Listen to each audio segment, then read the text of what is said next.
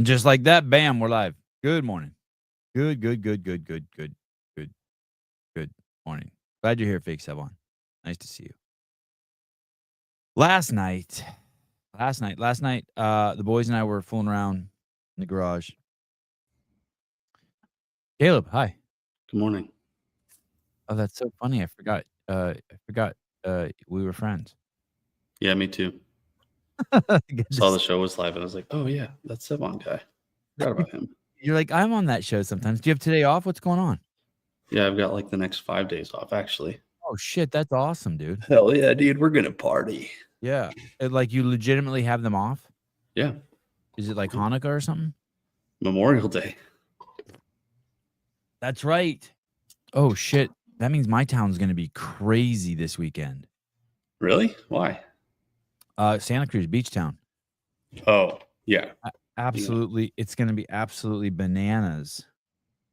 What is the weather like? If it's even, oh yeah, it's gonna be nuts. Yeah, you're cooked. Absolutely nuts. Might as well just stay in. Yeah, totally. Hey, I was just about to tell a story how yesterday I was in the garage with my kids watching old videos that I was in on the Three Plane, because I have that YouTube station, Three Plane Brothers. Right. And if I can find just an example of the video. But basically, I have this Three Plane Brothers YouTube page. And if I can find a good example.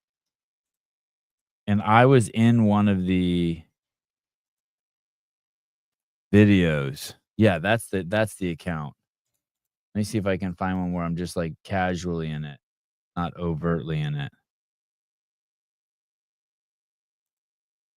Oh, here it is. Can you jump? Let me show you this one. So let me show you this one. Oh, maybe that one. Play that one. The support up there. Okay, straight arms. Okay, now lower yourself to your butt. Maybe go forward a little bit. Nice. Watch how I do it. I'm here. And then when I lower myself. And I asked my kids, I'm like, do I still look like that? They said, no, you're fat now. You look like Homer. What? And I go, what do you mean I'm fat? And Avi just goes, hey, dude, you're 10 pounds heavier than that. I think he might be really? Right. Yeah, I think he might be right. I was wondering the other day why none of my clothes, like when you're in denial. Let me show you this. Look at this. Look at this one. Yeah, I think I got fat and I didn't know it. I think I got 2 wheels on the mat and 2 wheels down. I think I should cut my hair like that and shave my beard to know for sure. It's the beard. Maybe it's the lighting. Huh. I don't. Definitely, my hair is grayer. I used to be a good dad. That dog's dead, by the way. You used to be a good dad. The dog is dead. It's the creatine. You think that's true? I didn't take creatine back there. You think that's true? No, I don't think that's true at all. I just got fat. No, I don't think you got fat either. I mean, I'm definitely bigger. My clothes don't fit me. What do you mean they don't fit you? They just don't fit me. Like this shirt, I would never wear this out in public because I need a bra. Like it starts to tuck under the cloth. It starts to tuck under. You know what I mean? Look at. Doesn't that make you horny? Yeah.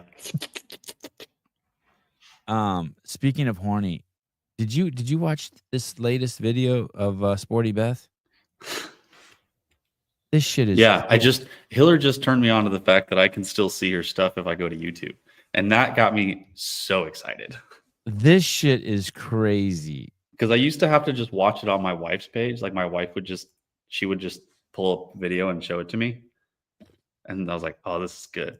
But then I'm like not really around her very often because of work. And I don't know. I guess I didn't really try too hard to try to find it.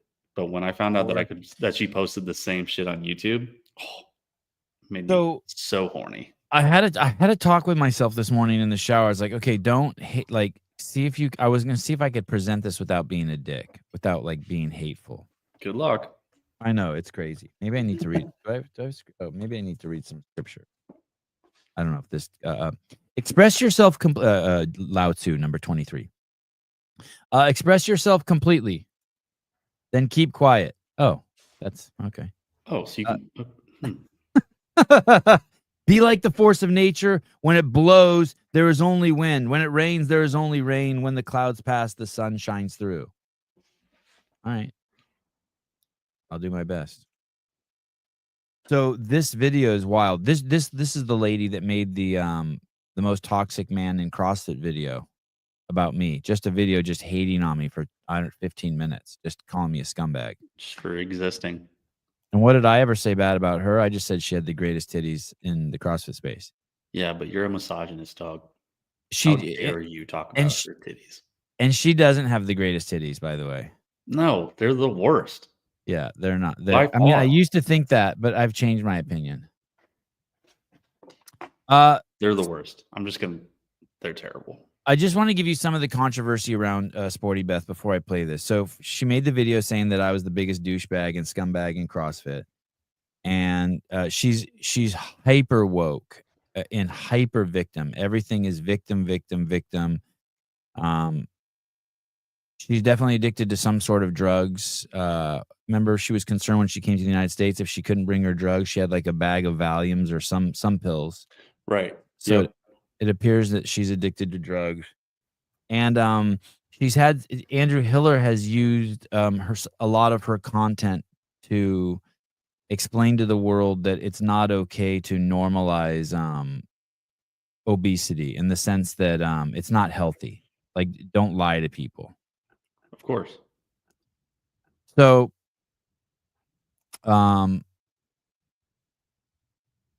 So that is Miss Beth, and then she was a CrossFitter, and she was looked like she was in pretty good shape, and she's strong, and then she's one of those people, she got so obese that her head got fat. You know what I mean? Like, she doesn't look like this. Like, if you saw her and the old her, you don't recognize her because she's so fat. Her head got fat. Right. It's like coming down, like falling off of her chin, kind of fat. Like, yeah. You could just grab her fucking gullet and stretch it out. And if she had a penis, she would never see it. She's got like the super gunt thing going. She probably hasn't seen anything below the top half of her fucking chest in 5 years. Yeah. Okay. So she did get really she did get obese, and probably that kind of diet's made her a little crazy. And I think she lives in the United Kingdom, which doesn't help. But extremely woke, just like a whole lifestyle of victim. Fupa, yeah. Thank you, Fupa. Oh, dude. The Fupa in this video is outrageous. By the way, anyone who has any infections or any pain or anything like that, the quickest way to get rid of pain is to just cut out sugar and start basically fasting. You want to just reduce inflammation. If you have like real pain, if you have real discomfort, there's no doubt, and you're overweight even by 20 pounds, the fastest way to address it is just to reduce inflammation. Everyone knows that. That's a universal fact. Like, even David Weed and Pat Lange and everyone, we all would agree on that. Everyone knows that. The worst thing you could do is be obese and be in pain. Dusty Weber thinks her pussy probably stinks. Dude, probably. I don't want to be gross or rude, but I would be disappointed if it didn't stink. That would kind of fuck you up a little bit, I guess. Yeah. You just expect. Yeah. Anyway. So check out this video. I don't look, that thing she's holding on her face is crazy. It's like from 1950. It makes me so glad to be an American. I think probably like everyone in the UK probably owns one of those. Yeah. I think my mom owns one of those. Facing pain for nearly 2 weeks now. It's been absolutely horrific, and it's changed my outlook on life completely. I had a wisdom tooth removal, very invasive surgery, lots of bone drilling, and it released a nerve. What? A wisdom tooth surgery is not that invasive. Like, you're just, she's an idiot. But just think of it. You have to cut through fat. Her head is fat, so a wisdom tooth surgery to her is still Like there's fat in her mouth. I don't think that you can get fat in your gums.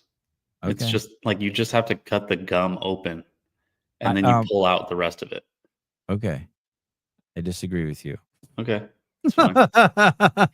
I've seen a wisdom tooth surgery and fat gums. You're saying fat gums aren't a thing? no. Okay, how about fat cheeks? Fat cheeks, yeah. Okay. All right. Fat gums. Okay. Caleb says this is just a standard procedure. No big deal. 100%. Dude, the military has been trying to take my wisdom teeth for years. They're like, I'll do it right fucking now. It'll take me 30 minutes. I'm like, hey, that black strap that she has that goes around her head. Yeah. And then you put the ice and then that strap holds it to your head. Yeah, it's probably a headband. Okay. I was gonna say it's crazy she owns one of those. She probably has any like weird pain relief thing that Walgreens sells. She probably has it. Oh, her med cabinet's crazy, right? Crazy. Been trapped for a very long time, so I've got pretty extreme nerve pain. Being in so much pain whilst trying to parent at the same time, having no one to back you up. Okay, there we go. What the fuck? Did her husband leave her? Honestly, for his sake, I hope that he did. So she's in pain and parenting, and it's hard because she has no one to back her up.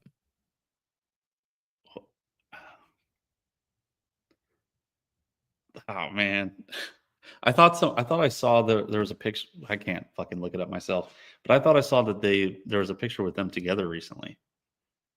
I don't even think they're married. I think they're in a civil union.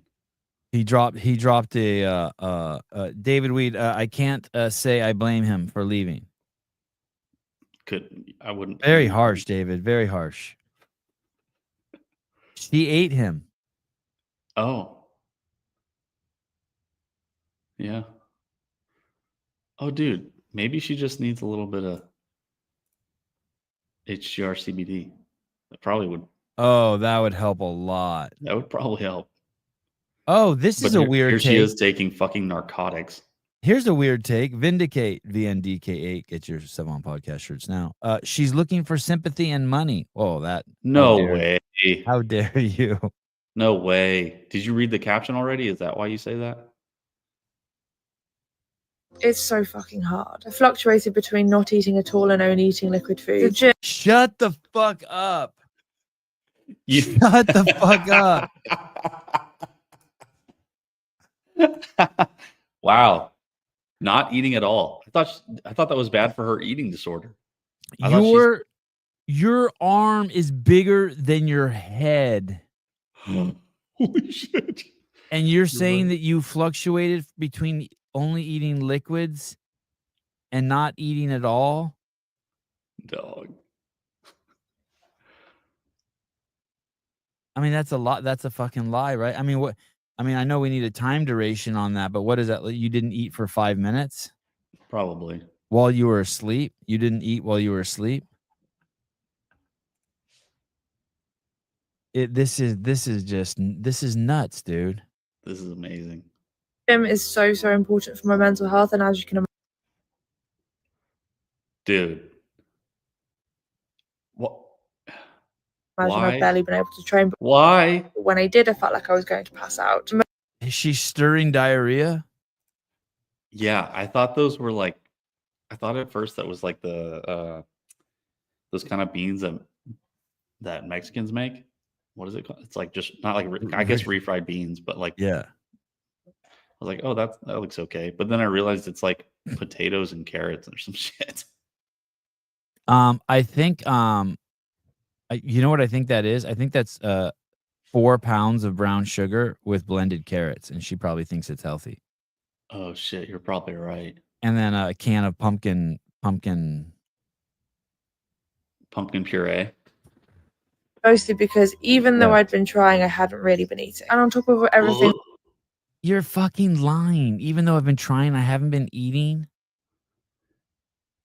Look at she got all her journals out and shit. I'd love to zoom in and see what she's drawing.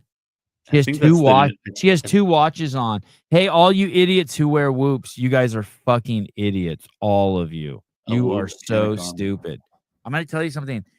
Any athlete you see wearing a Whoop is a 100% paid to wear it. Nobody wears a Whoop who's fucking has 10 brain cells. That I'm already carrying, I had to also work. I'm self-employed and my business needs to continue to run no matter how bad I feel. And is that fake crying? Honestly, I thought it was. I think it is too. I think it's great. At this point, I thought, how crazy is it that she's just walking around her apartment or house or wherever the fuck she lives, her trailer home, and just setting up a camera and recording whatever she's doing, like everything. And then she clips it all together, and then it obviously decides that she wants the parts where she's undressing herself and crying with a fucking ice pack on her face. Quote unquote crying, not really crying. Her house is nice. I think all European houses look like that. They're like clean. They just let it. They just give people housing. I think, even if you're a self-employed tub of shit. Mm-hmm. That is an awful realization that I need a backup plan for in the future. Mr. Lange, I'm still in the dark why we hate the Whoop. Well, first of all, it doesn't work worth a shit. It doesn't count. We watched that episode. We watched that Rich Froning thing. Remember when we all thought, oh my God, Rich's heartbeat goes down when he jumps rope. And then we realized that the Whoop was broken. The Whoops don't actually work. Yeah, we watched it in real time. They did the show. Yeah, Hiller did a video on it too a while back. I personally don't use anything like that. Of course not. You're a fucking idiot if you fucking need something to count your steps for you. Oh, that's one thing the Whoop doesn't do. It doesn't count your steps? That's not a step counter. Whatever the fuck it does. Like you don't need any of that.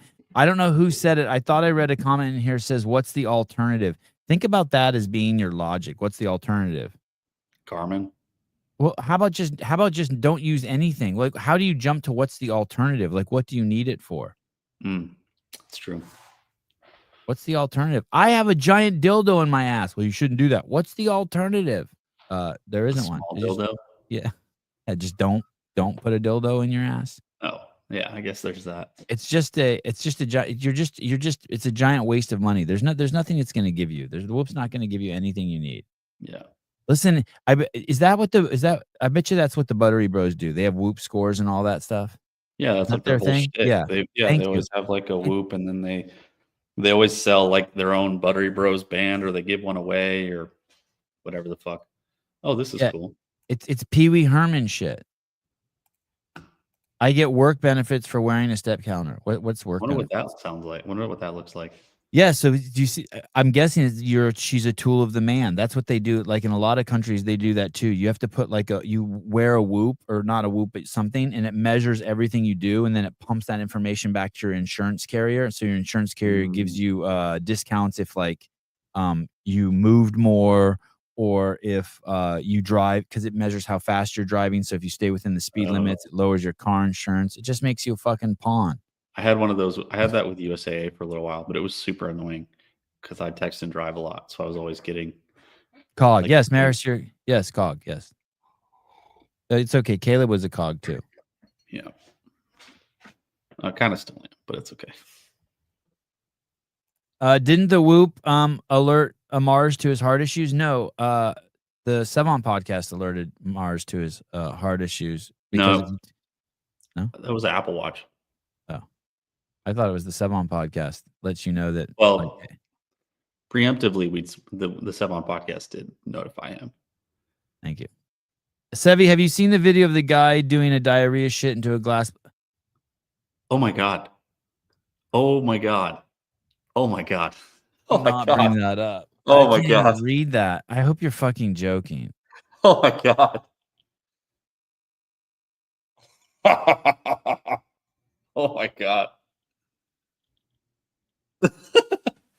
Yeah, Disseldinger. Yeah, Whoop stupid. You're just throwing money away. It's just throwing money away. Imagine sitting around, imagine doing things that you know are bad for you, and then you start to have a heart attack, and your Whoop tells you you're having a heart attack, and then you say the Whoop saved your life. Okay. How about you just didn't do those things that were bad for you to start with? jackass. Yeah, that's disgusting. I don't like poop. I really don't like poop or buttholes or any of that stuff. We'll talk about it, but This pain was 9 out of 10. It was worse. Look at her face. just a mouth breather, dude. I imagine sitting next to her and it's just being.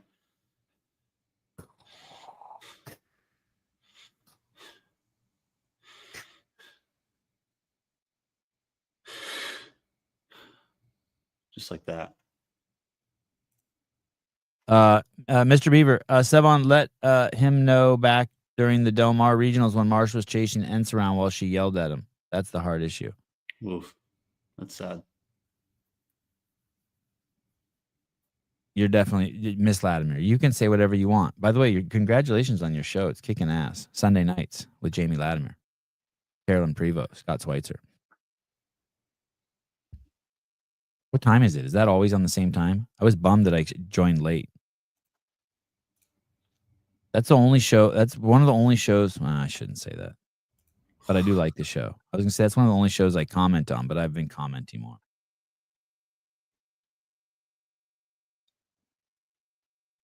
Than labor. I am not joking. And I was in labor for 12 hours, so it's not like I had an easy labor. I've been taking my medication, doing mouth rinses. Dude. Oh my God, I love this shot. It just shows my body perfectly as I pour some Robitussin. That makes me want to do a shot of Roby.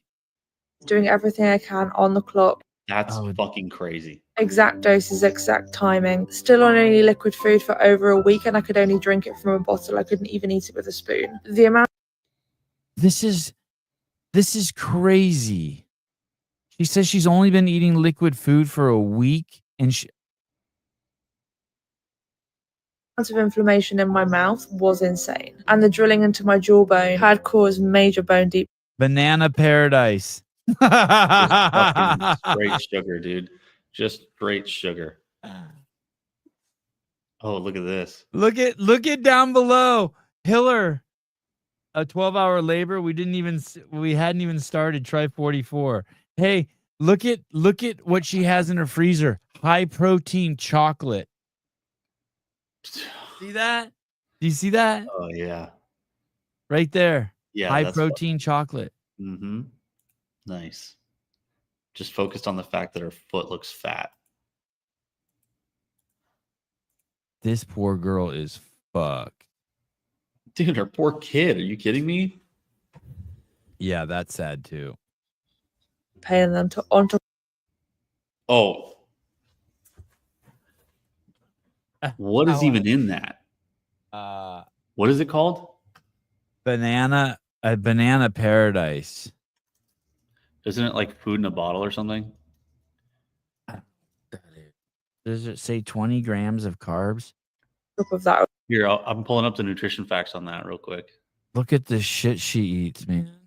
Hey, I heard that strawberry yogurt's probably the fastest way to get fat. Oh, look at there it is. There's our high protein chocolate pudding. Wow. Oh, it doesn't show the ingredients. Hey, look at there's no added sugar and it's low fat. Amazing. I started to find more foods that would work, and I had a few nice days in between where distraction had definitely helped. And around day 10, even though I was still feeling like absolute shit and I had barely any sleep at all, I decided that I was going to go to the gym. I have bipolar disorder and severe mental health issues, including PTSD. She has bipolar health issues and severe something? PTSD. Why would you have a kid? Is that kid safe? No. So the gym is a non-negotiable for me. But this has opened my eyes. Sometimes you just. So she's deadlifting 195 or 200 pounds for reps, but she doesn't. I've been in debilitating pain for nearly 2. Anyway, that's your Sporty Beth update. I want to know what she has PTSD from. Yeah, Sean. Looking in the mirror. Dude. I have PTSD just from watching these reels, dude. I had all 4 wisdom teeth pulled out at once. It was unpleasant, but hardly this dramatic. Husband recently had a tooth pulled and had bone loss. Had to have surgery to rebuild the bone. 1 day of discomfort.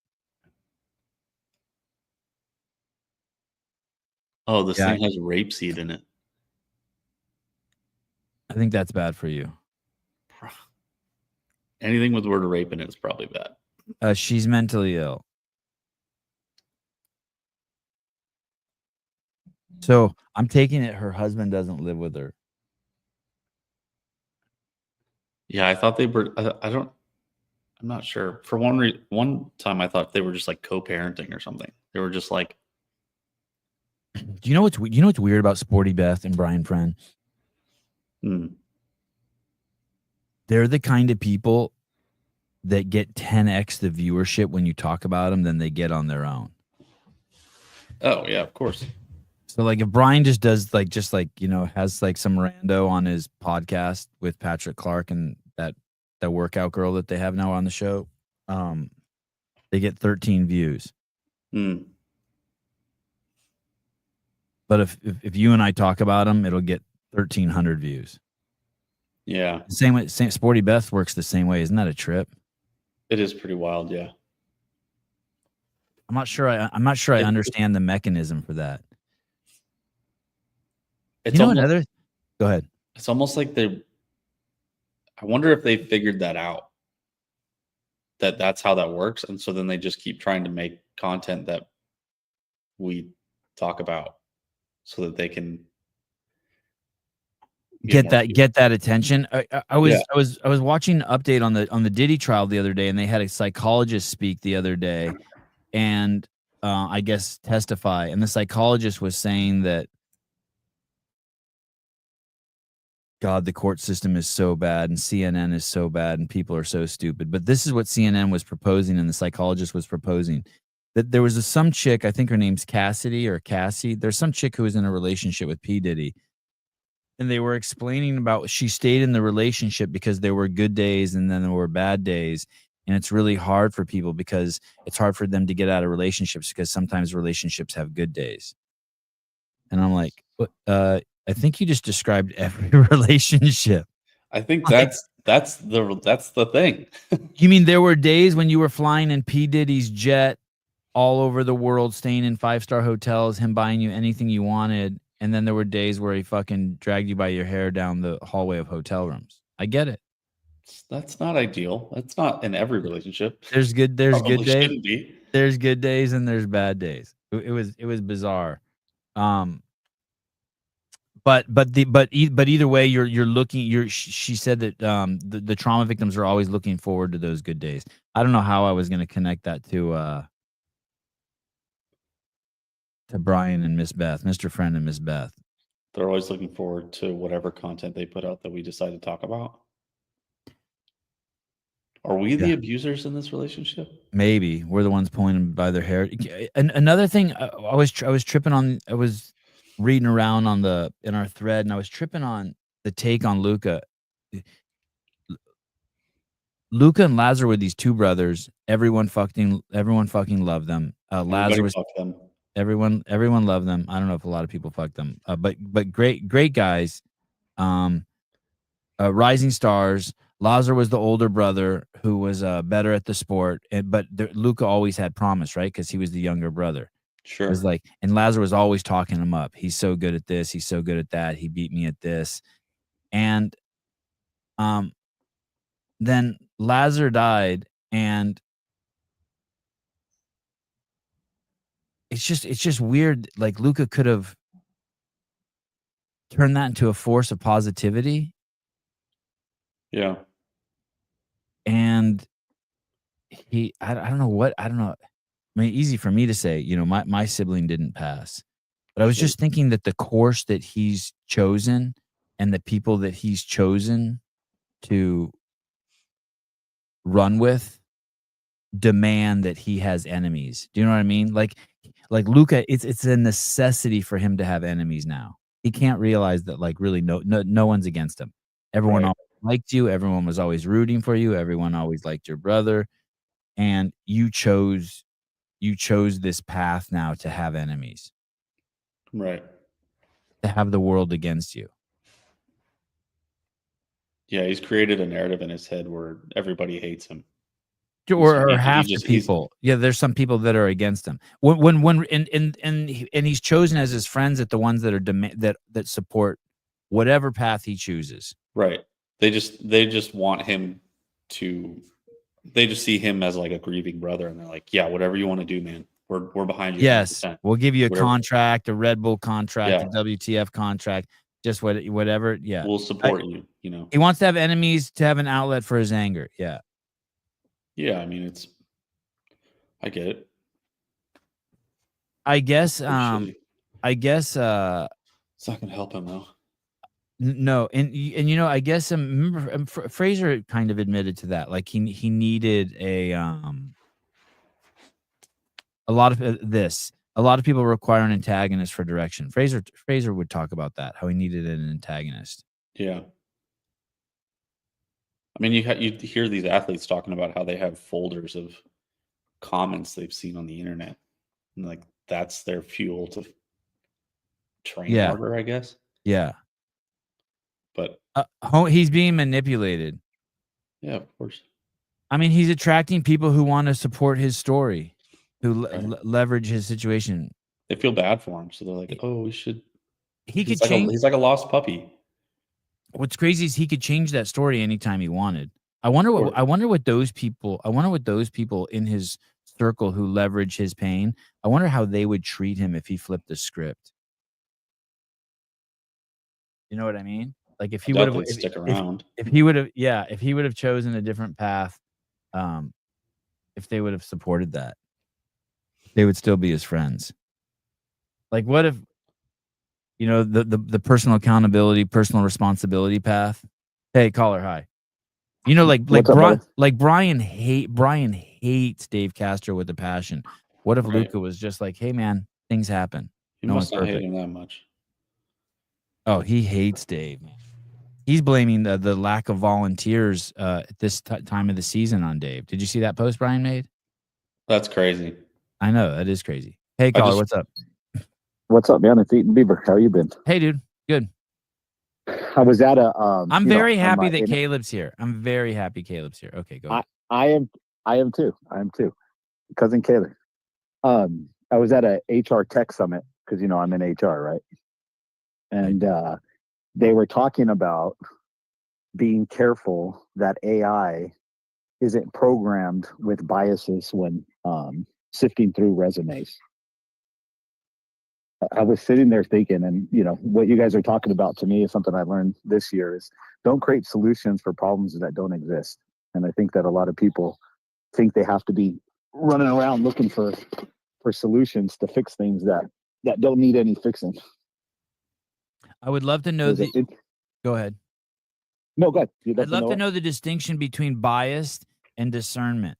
So if I see a snake with a wide jaw, I'm biased against snakes with wide jaws because I know that in general that means that they have venomous fangs in there. Am I biased? Is that a bad bias? God, that word biased is such bullshit. It's such fucking bullshit. Hey, if you have if you hire fat people, you are going to have higher claims, unemployment claims. 100%. Well, and that's the thing that I was struggling with, and I kind of just looked a little bit like, what the heck is this? What are you talking about? Because if I look at it, so what they're worried about is that some male is going to program it that when AI is looking to screen resumes, that it's going to look for white males, and people will take this kind of stuff to court. Hey, isn't it fascinating too? It's like, what if I told you like, hey, you can pick your wife based on everything except, and I gave you 3 things. But what if you're allowed to pick, just imagine how arbitrary that is. You're allowed to pick the correlate of what school you went to, how hard you've worked, number of years employment somewhere else. You're allowed to pick all these correlates, but if you choose color, it's illegal. It's fascinating. I'm not saying it's right or wrong, but it's fascinating. But we would all do it, depending on the job.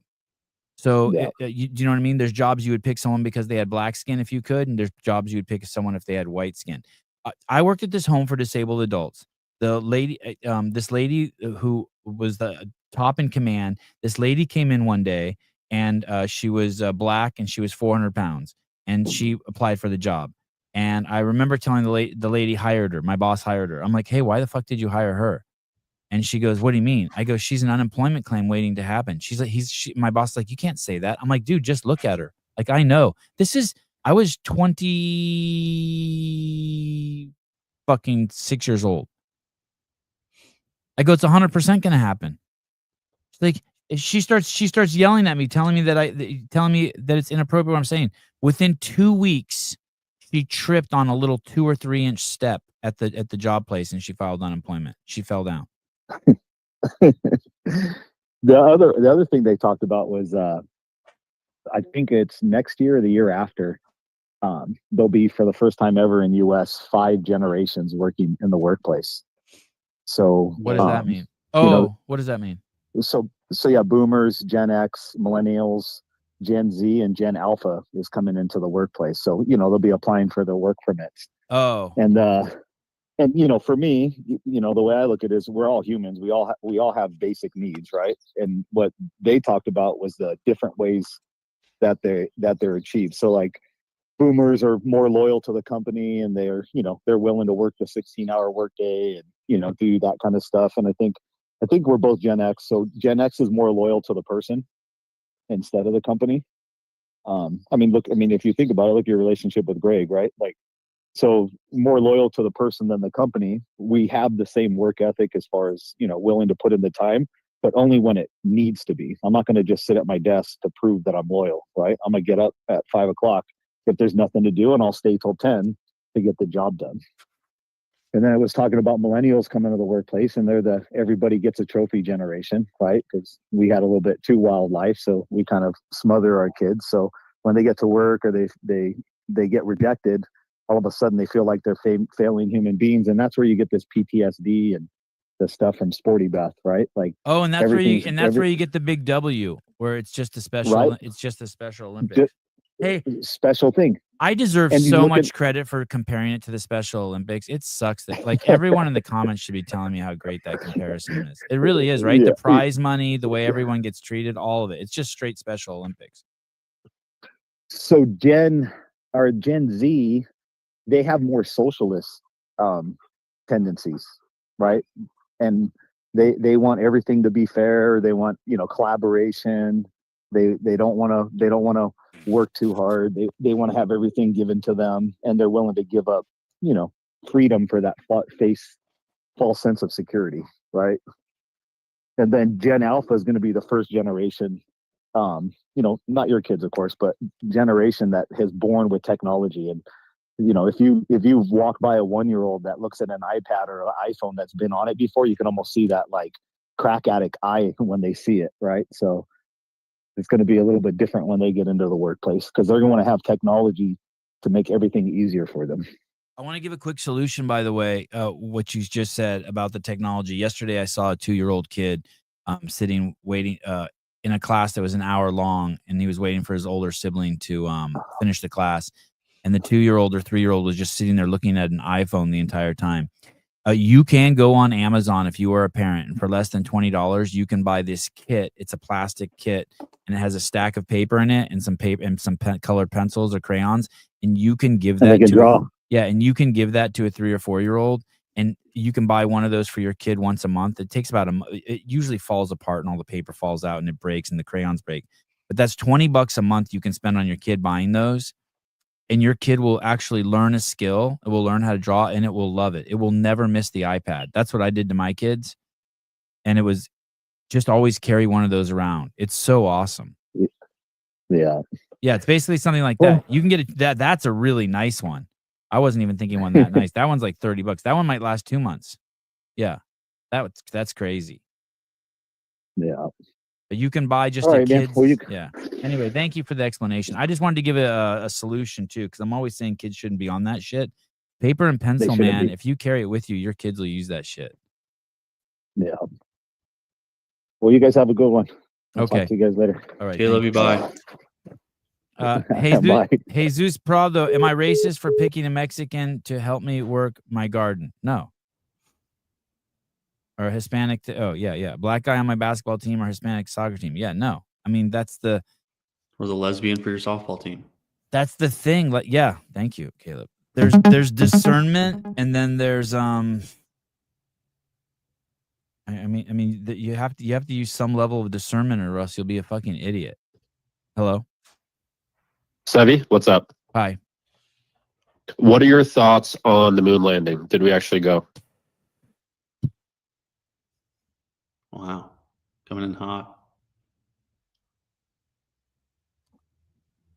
Yes, You think we went there? I don't know what to think. I watched the three. So basically, as soon as you asked me that, I'm like, okay, Sevi, we're going to give you $1 million, but you got to get this question right. Did we go or didn't we go? And I'm going to have to say we did go. But I watched this 3-hour documentary on it. There was like 90 minutes of we went, 90 minutes we didn't go, and we didn't go.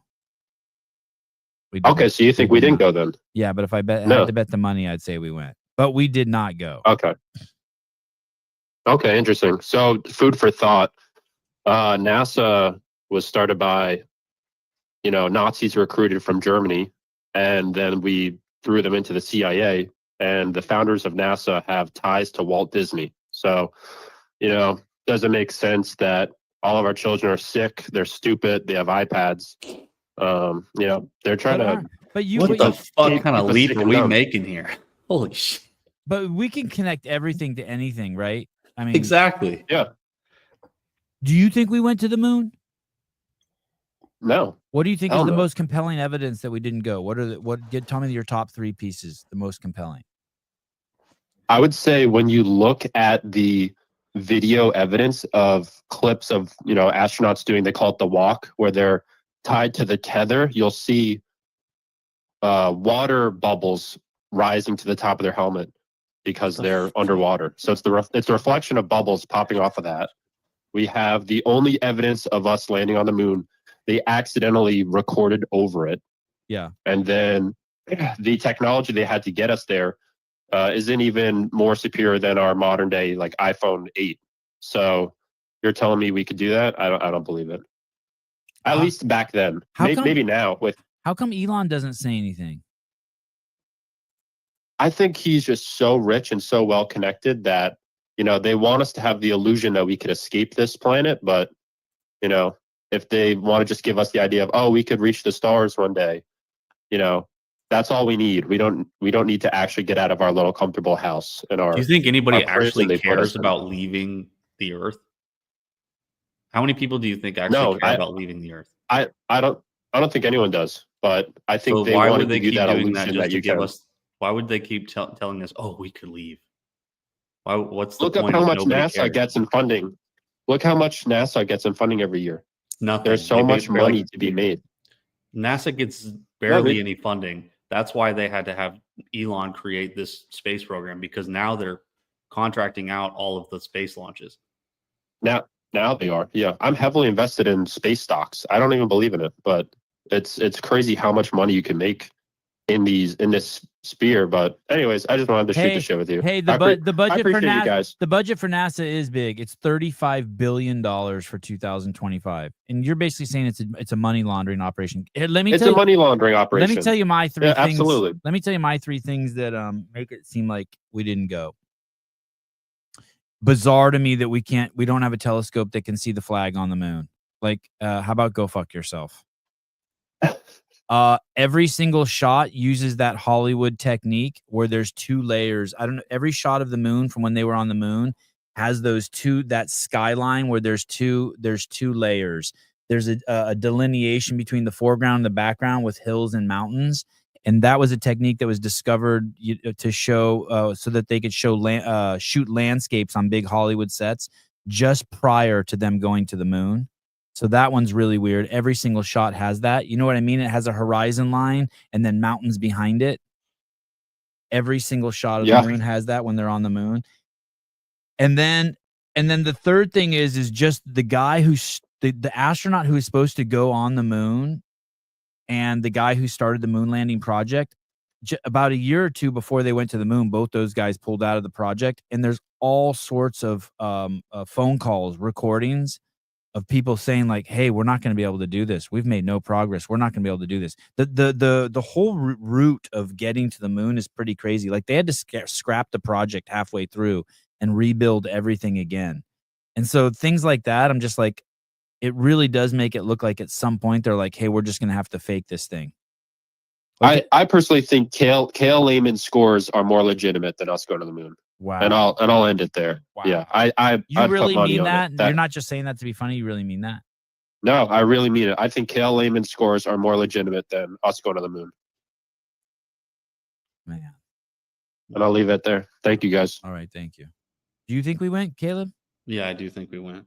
Yeah, good. Okay. I wanna say we went. I don't want everything to be bullshit.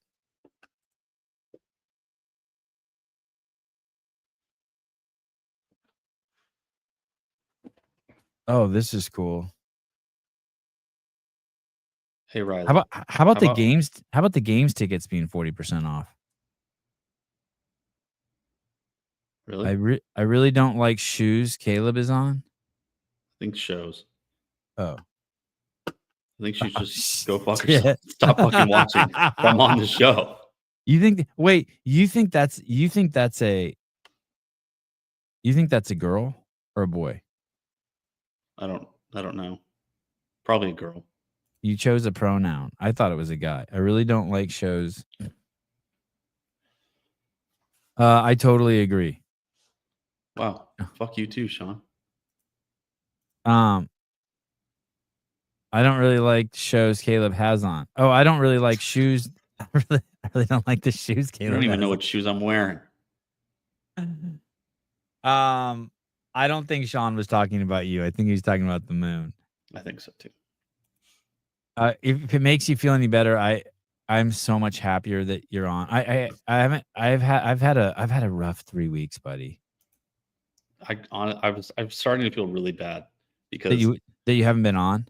Yeah, and I haven't really been able to do much because good. They fucking put us out in the field, and then I was like had barely any internet access, and I couldn't. I feel better. I feel better knowing you felt bad. I'm like honest. I'm being very honest. I feel so much better. Yeah, no, I feel really fucking bad. I quit fucking nicotine, dude, and I've been in this death spiral on the show. I'm like bored by everything. I have all this Trump shit and Letitia James shit and racism shit, and I'm just bored with it all, and I don't even want to talk about it. And like, someone sent me this Bible show yesterday that I thought I was gonna like. Jeremy E. World did it, Wesley Huff, and it's 3 hours of him talking with Andrew Schultz, and they're fucking idiots. The whole world has turned into fucking idiots to me. All I want to do is throw tennis balls at my kid and catch lizards in the backyard. I've been just miserable for 3 weeks. Yeah. That's as soon as I go, am I just going through crazy withdrawals? What the fuck is going on with me? But when I saw you today, I was like, oh my goodness. Yeah, I'm glad I got some time off because it's been pretty ass. Not really enjoying it. Yeah, I didn't realize that I missed you, but I just don't want to be on shows by myself. I started thinking this. I think the other problem is I probably should get like 20 guests. I think I'm sick of myself. Oh, yeah. I think I'm so sick of myself. I've noticed we haven't really had as many guests as we used to. But I mean, I think it was just like one of those parts of the season, I guess. It kind of comes and goes every once in a while. So Jeremy sent me this Bible show. It was like 3 hours long. And like, if I listen to a Bible show, like I just want to hear like good shit that's going to make me happy or like it's going to help me. Do you know what I mean? Right. Jesus says when you're going through nicotine withdrawals, you should walk. You know what I mean? Like, remember this, it's always shinier on. I want it to be like, I like the self-help Jesus shit. I don't want it to be like, well, of course he's real because in Nazareth in 1352, they found his teeth and dentures. I'm like, I don't give a fuck. That's right. I don't care. I want the inspirational TikToks. I don't want the fucking 40 minutes. Let me tell you about why Hitler left Germany and he's in Argentina. And these are all the evidence as to why he is still in Argentina. 40 minutes of why he was or wasn't in India. Like, hey, dude, I want to hear your story, Wesley Huff, about how you experience Jesus every day. That's it. Shut the fuck up. I don't give a fuck about what any book says. Right. I don't need that. Sorry I ruined your day. Hey, listen, no cunt can ever ruin my day. You didn't ruin shit. You're so small-minded and closed-minded. You did the exact opposite. You should say you're welcome for giving you 5 minutes of content on this show. Don't you realize that? Well, I love that he thinks that that he has that much influence on you. You have the power, Mr. World. Why is that his name, Jeremy Eat World? No idea. Pretty weird if you ask me. Did you know how many people he told me to go like unblock everybody? Oh yeah, how many people had we blocked? A lot. Like 100? Probably a little less than 100. Who's blocking them? The wrenches? I think I was doing it for a while because it was just like spam accounts. Okay. And like some people, like there was a lot of spam stuff, and I was like, oh, or it looked like spam, so I was like, block. But I mean, I guess I probably had a twitchy finger or something. So you went and unblocked everyone. Yeah. Sevi spiraling like Sporty Girth. No, Sevi spiraling. It's crazy. Sevi spiraling. Sevi spiraling around Sporty Girth. Sporty Girth. Not around. What do you mean? I got caught in her magnetic field. That's fucking good. I feel so Sporty much better Girth. knowing Caleb was bummed and Sporty Beth is bummed. Hey, what's up? Hey, good morning. Hi. I had a quick question about nicotine. Yes. When I take it, First off, are you does gay? not give me the effects. No. Okay. If you start the show saying take it, you said when I take it, everyone just assumes you're gay. But I'm glad we clarified that. Oh yeah, for sure. I am not gay. Children that I am, I came in my wife and got her pregnant. So All right. Nice. Proud of you. Good job. So on the nicotine stuff, when I've used it, it gives me the awesome effects that everyone talks about. It gives me the complete opposite. Do you know why? How much are you taking? So I've tried a 3 milligram and a 6 milligram, and when I've taken either one, I felt like I was just gonna pass out, and I felt complete high. I felt sweaty. My heart rate. I felt like nauseous and lethargic, and I felt like I took like a street drug or something. Dude, 6 milligrams And I is don't- fucking nuts, dude. I think I have friends who take 6 milligrams, and I put in a 6 milligram before in a pinch, and I had to spit it out right away. Like I feel like I'm on a roller coaster. I fucking hate it. Yeah, even when I take the 3 milligrams, that's how I feel. And when I took the 6, I was like in the bathroom thinking I had to take all my clothes off and run to the hospital. Yeah. Terrible I felt. Yep. That sounds about right. Yeah, that's how But do you know why? Because like everyone else that takes it, they're like, dude, I feel so focused, like I'm laser focused, I get energetic and all this stuff. I'm like, dude, I get the complete opposite, and I don't know why. I have no idea why that happens to me. Tyler Watkins says that's the portal. Got to get through that. It's the bitch leaving your heart. I think the first time when I was in high school, the first time I tried nicotine was the last time is I had what it was like snus or something like that, and I had the exact same feeling, and I did not enjoy that at all. I was like, I wanted to throw up. I wanted to just rip all my clothes off. I felt like that. I did not enjoy that. Hey, buddy, can I tell you something? Is that something that you just got to like keep dealing with, or like does like the other good effects come, or is that just like what it is? No, it eventually goes away, and you get to this safe spot. But I just want to tell you something. That's why no one should do nicotine, because that's how hard it is to quit. So do you see? So it's like that for everyone. When they take nicotine, the first time you smoke a cigarette, you get sick. First time you do chew, you get sick. You got to kind of get through that. And then you get through that, and you kind of have a new baseline of where you can tolerate whatever poison or whatever shit's in there. And then you start liking like the calming effect it gives you. It's basically makes you it's not focus. It gives you something called there's a different word for it. It's the only drug known to do it. The focus or basically like clarity or something. No, I don't know what the word is. Someone will say the word in the chat, but basically, like, imagine like you're outside and there's cars driving by and birds chirping and then gunshots in the distance and whatever that thing is that allows you just to focus in on one thing and block everything else out. Like let's say you just want to listen to the birds. When you're on nicotine, it's so easy to do that. I wish I could remember the fucking word. It's the only drug that allows you to do that. And so that's why it's such a fucking cool drug. And that's why pitchers love it, baseball pitchers, artists love it, musicians love it. Just anyone, God, what is that word? Scope, focus. What the fuck is the word?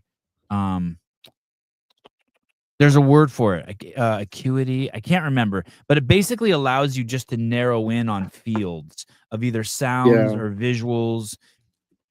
And so that's why quitting's a motherfucker. That's why whenever I quit, my vision starts to go blurry. I start to get really scattered. I become super reactive because I lose I have to go back through. I've been using it as a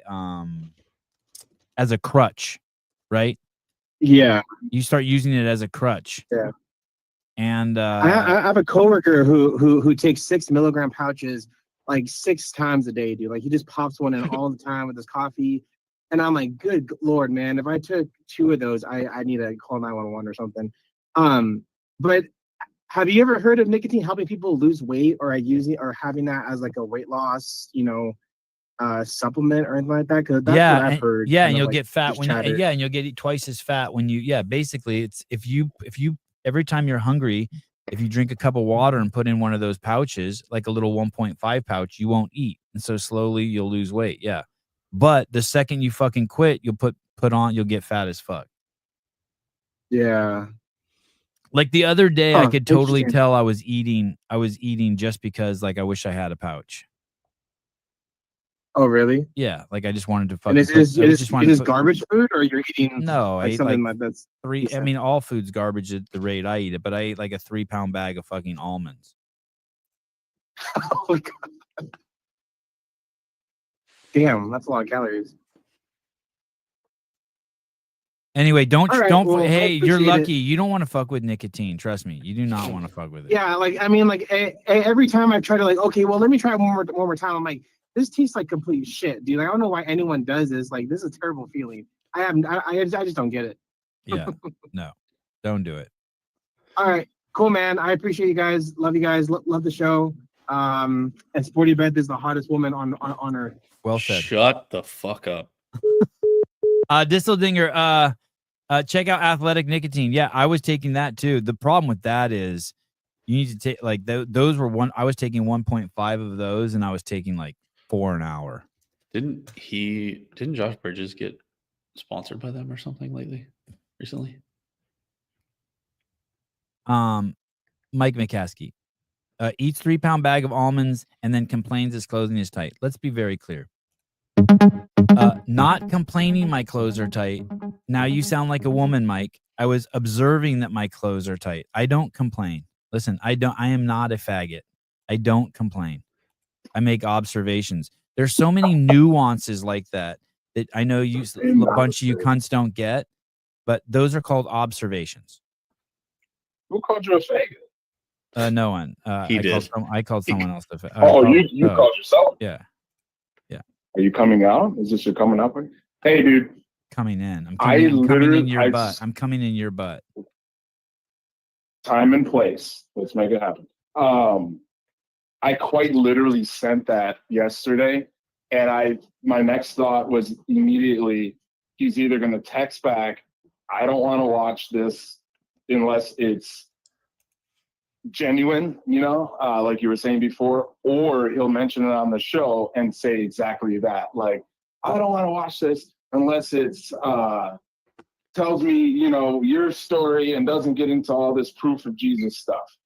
So good job there. But I watched an hour of it, by the way. I watched the first 40 minutes and then I skipped to the part where the giants are the Nephilim. And do you have any friends who never give of themselves?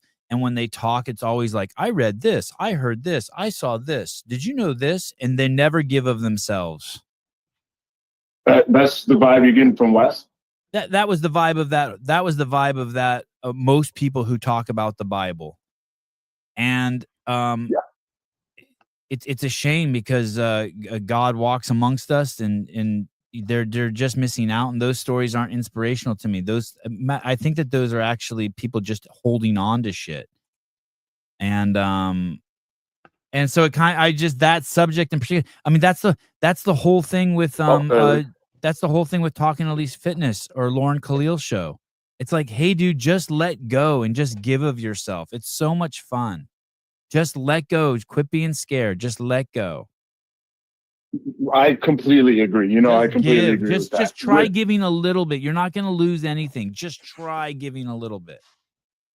With that show, though, with that podcast, the questions that were being asked, how Andrew Schultz and his guys, that's Andrew Schultz, right? Yeah. Okay. Hey, yeah, and don't get me wrong. Like the show is good for like what it was. It was very good. I agree. I wasn't sure. It just wasn't what it was. Very good. Like that guy, the Mr. Huff guy.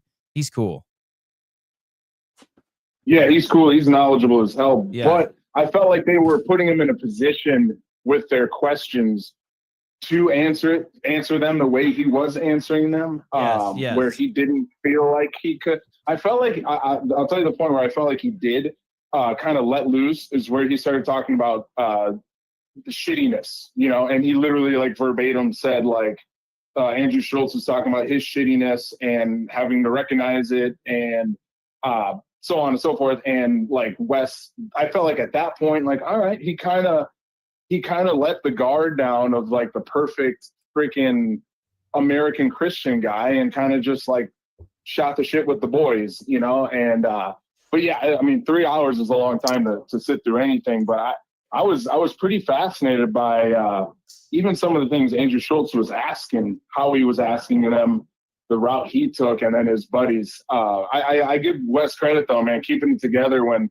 great. Dudes are kind of, I mean, you're in a room of comedians, and the show is all over the fucking place, and I really like that. Jeremy, here's the deal. Everything I'm doing all day fucking long, from the second I get up to the second I go to bed, is what can I use? I put it through this filter of what can I use on my show the next day at 7 a.m. And if I'm going to have a guest, I'm researching my guest like all day, every day.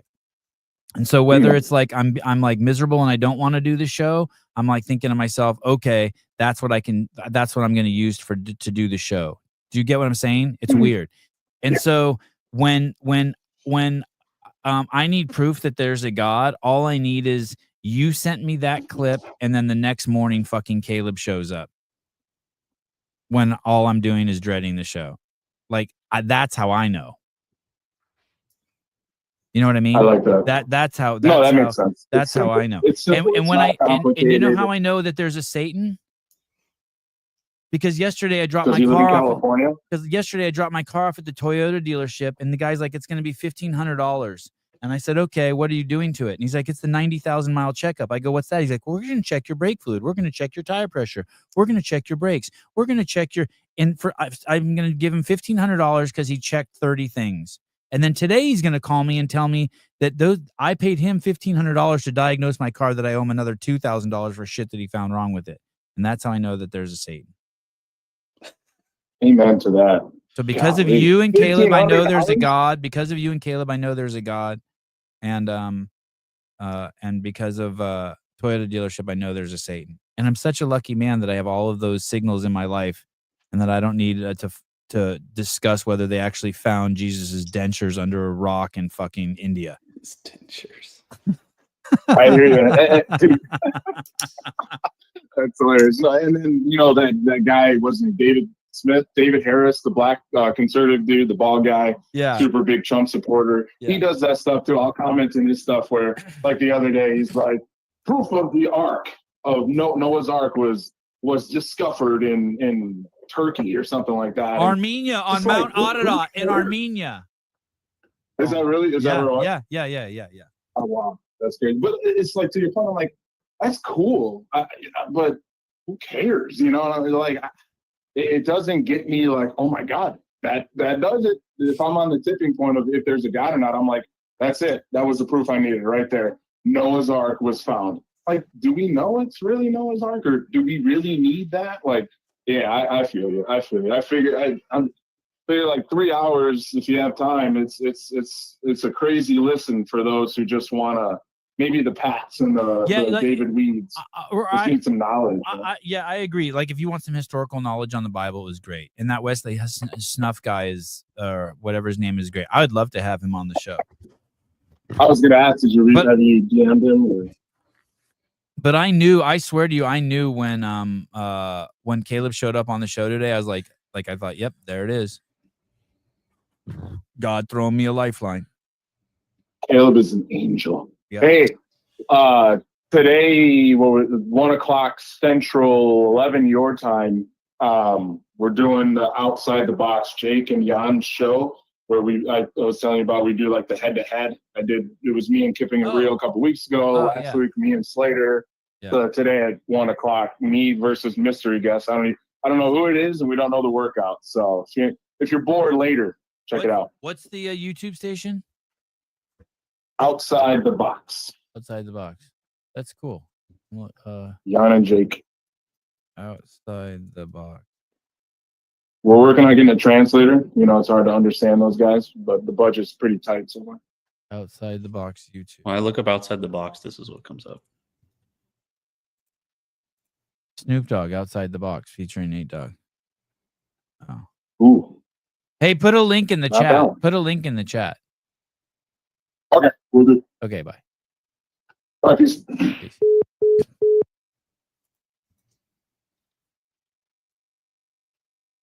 Hey,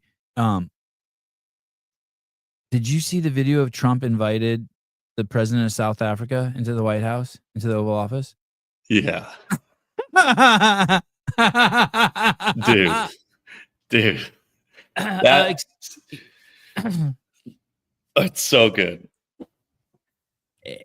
Hey, dude, we went from having trannies dancing in the White House to inviting the black country over and being like, "Hey, are you trying to kill white people?" Yes. Like, this is some crazy shit. I almost brought this up to my mom, like, because I was just drinking my coffee and I was like, "Hey," or I just saw it pop up on my feed, and it was fucking hilarious. Like, I just imagined how she would spin this. She's like, he's just bullying them. He brought them into the White House to bully them. Like, no, they actually want to kill white people. But who cares even if he did? Hey, just think of it like this.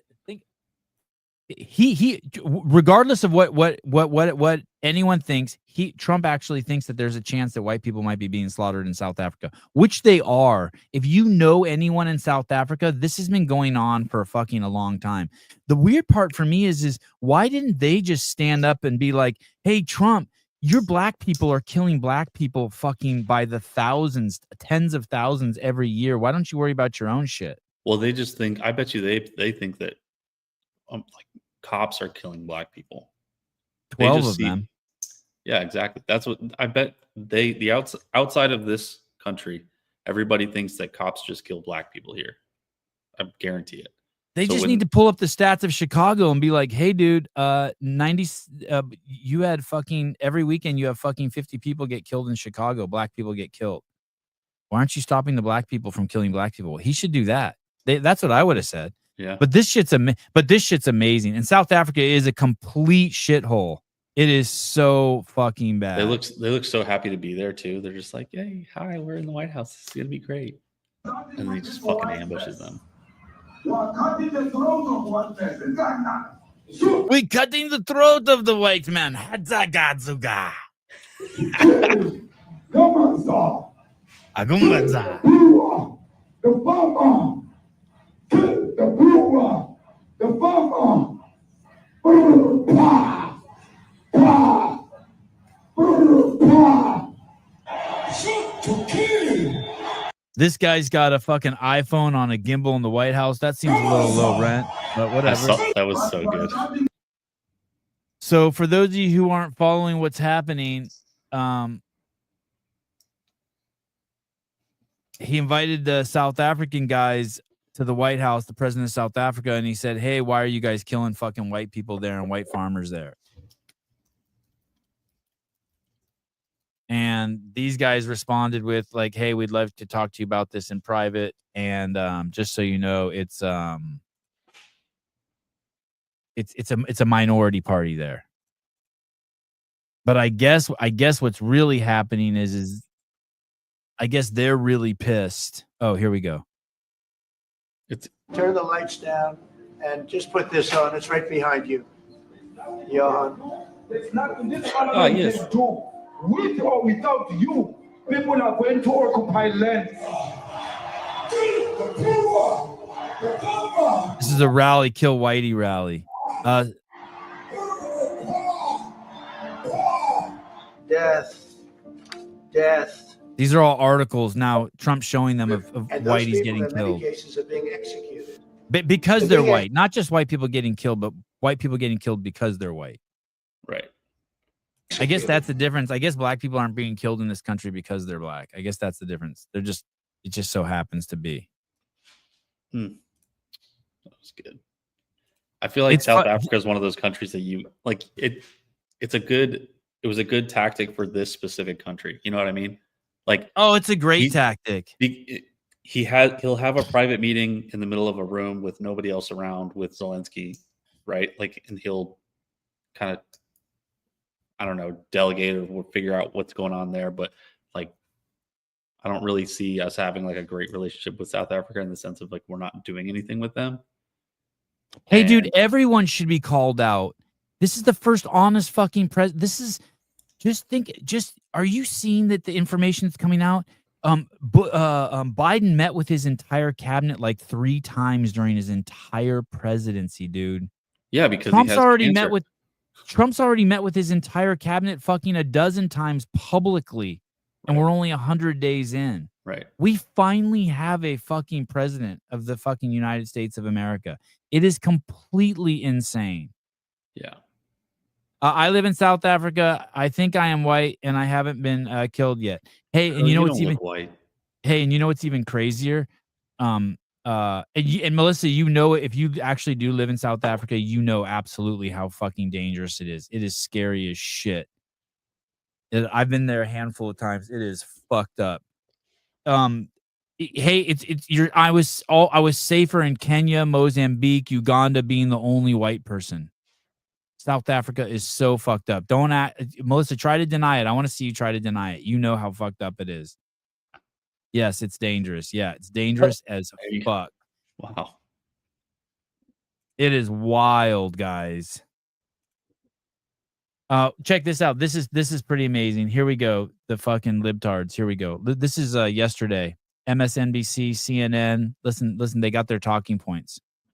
Yeah, way worse than Mexico. Way worse than Mexico. Way worse. I'll tell you why, though. Let me just tell you why real quick, Magnus. So when I lived in Berkeley, on one side of us was Oakland, the other side was Richmond, and they were both like murder capitals of the United States, top 10 murder cities when I lived there. But if you minded your own business, you didn't get fucked with. You know what I mean? And a lot of Mexico is like that too. I mean, I know people in Mexico City get kidnapped and shit like that, but there's places you can go to get away from it. There's good spots in Mexico. South Africa is not like that. Like if you're fucking white, like you have a target on your head at all fucking times. It's a mess. Okay, here we go. Fake news. Middle Eastern, Melissa. Here's the fake news. Here we go. The tense confrontation, President Trump ambushing the president of South Africa. Up next, another Oval Office meltdown. President Trump ambushing the president of South Africa. President Trump is being accused of conducting something of a diplomatic ambush of South Africa's president in the Oval Office. To be with you, I'm Katie Tur. Like it's an ambush to ask someone, hey, are you slaughtering white people? Or are you slaughtering black people? Like that's somehow an ambush. President Trump orchestrated another Oval Office ambush today. Today, Donald Trump meeting with the president of South Africa. You know, Biden couldn't even meet with another president. He couldn't even meet. and attempting to ambush and humiliate that leader. To Zelensky territory, where essentially he was a bit ambushed inside the Oval Office. Felt like an ambush in there, kind of like the President Zelensky meeting in the Oval Office. This was an ambush. It was orchestrated. Cyril Ramaphosa brought his best diplomatic self to this meeting, but nothing could have prepared him for this multimedia ambush. This multimedia It started as the Zelensky thing wasn't even an ambush. It was an ambush. Ambush. Ambushed. Ambush. An ambush. Ambushing. Ambushed inside the Oval Office. Is it ambushed or ambush? Are they both? Is there ambush? There you can ambush. Oh, you ambush. can- Okay. Well, that was quick. The Zelensky thing wasn't even close to the same thing. They just he brought it up in the White House. Zelensky was the one that was trying to ambush Trump into providing more for Ukraine without giving anything in return. Bingo. And go ahead. And then Trump and the vice president had to fire back and defend themselves and said tell them, no, we're not doing that unless you guys decide to start providing something for us. I think that also with that, I think that they admitted that there was a plan, like, hey, we're going to go out, we're going to present this to the public in the Oval Office. We're going to make this, that this is going to be a little media stunt we're going to do. And Zelensky went off script. Yeah. So Zelensky's the one he was the one that was lying in wait in a Yeah. concealed position. He ambushed Trump, not the other way around. Exactly. Yeah. That's idiots. Yeah. He said, hey, I'm going to agree to this. And then when they went public, he didn't agree to it, unless there was miscommunication. They would say the same thing if Trump met with Hitler. Yeah. What are you doing killing all of these Jews? By the way, Pat, I know you're really concerned, but my 401k is killing, brother. Killing. Remember last week you were concerned? My Bitcoin's killing, brother. I know you were concerned. It's all good. The amount of civilian deaths in Darfur alone in the past 30 years is close to 1 million now. We care about African deaths. No, if we care about whatever we want to care about, we care about, Pat. You know that. All men are not created equal.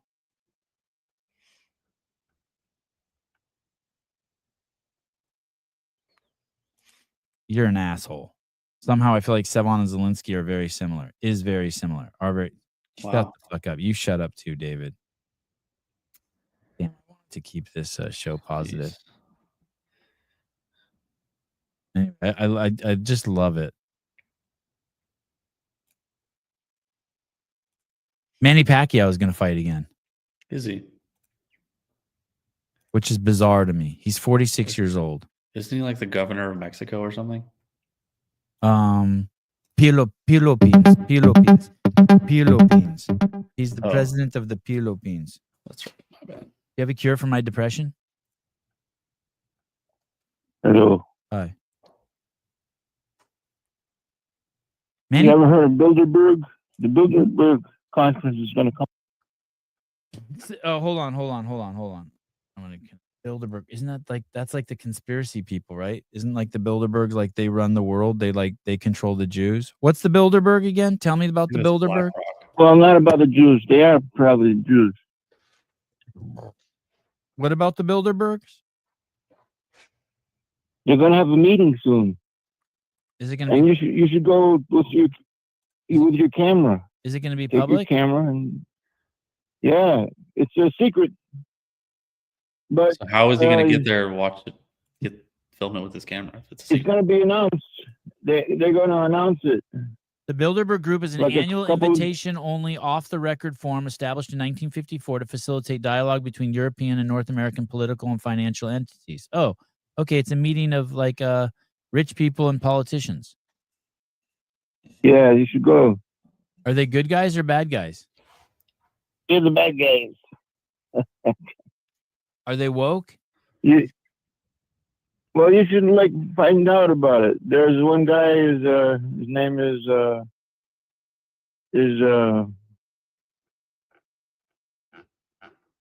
forgot his name. Anyway, you should go.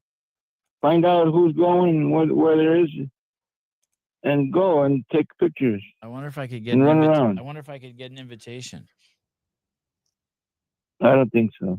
Oh, they're like the World Economic Forum. They're into a one world government. Yeah, Yeah, I hate those people.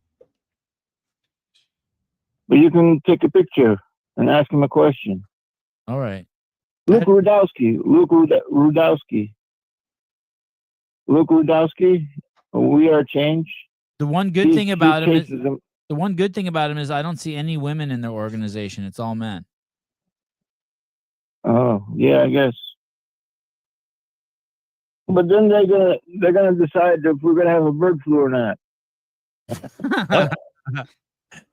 Yeah, those guys.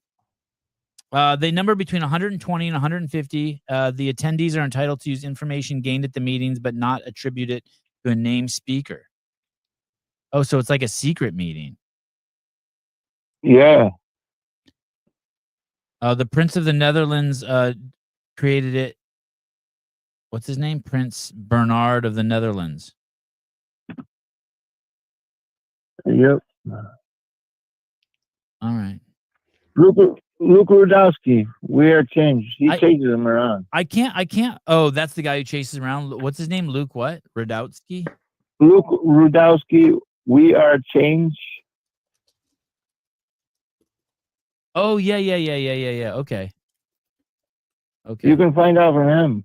Okay. He might go, but it costs a lot of money. It's like $7,000 to $10,000. Okay. If you go overseas. Yeah, I'm not doing that. I'm hanging out at home.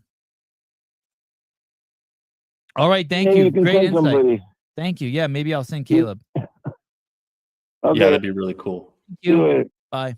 Okay, Builder Group. Maybe I'll reach out to that Luke Rudowski guy and have him as a guest. I'm back. Pacquiao, 46, announces boxing return. Manny Pacquiao has announced his return to the ring at age 46, almost 4 years after his last fight. The Filipino, you say it with a P if you're Filipino. The Filipino says he will face WBC welterweight champion Mario Barrios on July 19th in Vegas. Why do they say on 19 July in Vegas? Why don't they say July 19th? Europe. Pacquiao is now aiming to become boxing's oldest welterweight world champion. I'm back, Pacquiao said on social media. Social media. Is this going to be like the Mike Tyson thing where he looks like he's on his deathbed and just gets the shit beat out of him?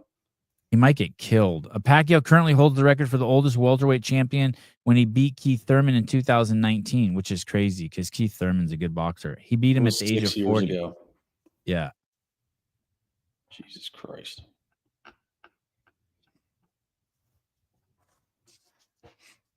Yeah, this is nuts. Pacquiao, 46. Yeesh, that's. No, he's fine. He got on the juice. Oh. I always feel bad when like combat sport competitors get back into combat sports. Hey, he has that total. I think basically he's doing it for money. I think he fucking ran. Oh, out of of course. Money. But like, you gotta have other ways to make money, right? Yeah, I mean, I think he ran. Was he the president of the Philippines, or he ran for office there? He was someone. Yeah, he was in some political office in the Philippines for sure. I think he was actually the president for a little while. Hey, speaking of shitbag old white guys, did you see Adam Schiff? They're gonna get him like they're getting Letitia James. Huh? They got Adam Schiff, the U.S. Senator from California. He's a complete scumbag. It sounds like he has. They looked at his mortgage papers, and he's claimed a residency in Maryland for the last few years. They've been voting in California. Wow, it's voter fraud. Voter fraud. That's amazing. I love the Trump administration. That's pretty fucking amazing. Yeah. So good. He's a California senator, but has his primary residence on his mortgage papers as Maryland. You jackass. Pat, I got this one for you. I think this one's going to help you. Pat, I think this one's going to help you a lot, buddy. I thought of you on this. I thought of you. I saw this Instagram post. Now look at, because I know this is the kind of stuff you struggle with. Pat, listen up, Lange. You too, David, you dipshit. Listen up. 1994, Japan ceased all vaccinations in any child under 24 months, and their infant mortality rate dropped by a whopping 96%. And I know you idiots like start like Googling. They're like, well, wait a second. They actually didn't drop all their vaccinations in children under 24 months, just 92.7%. And there's actually no proof that it actually changed the infant mortality rate by 96%. There's no proof. I fact checked it. I know that's the kind of shit you guys do, right? Like you look like it's off by 1% or something. Or you find out, oh, they are really giving vaccines to kids who are actually 22 months, so it must be fake.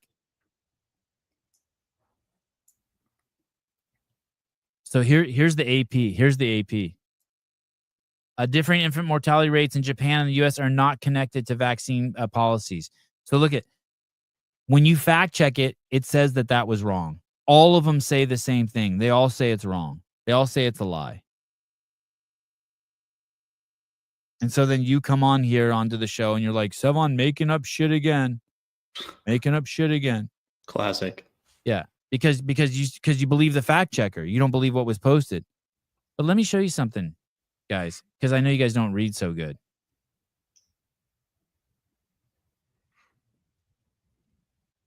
If you read down here, keep going.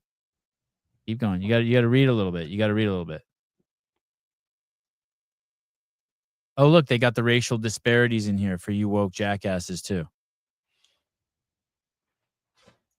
If you read down here, they'll actually tell you it is true. Right. Japan's infant mortality rate has gradually decreased over time. Oh.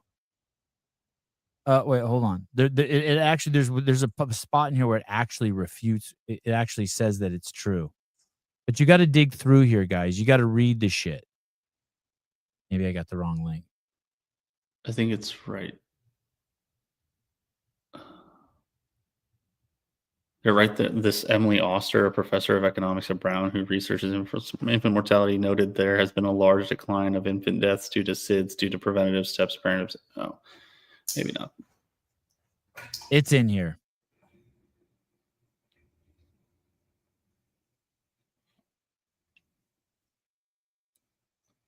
Hold on.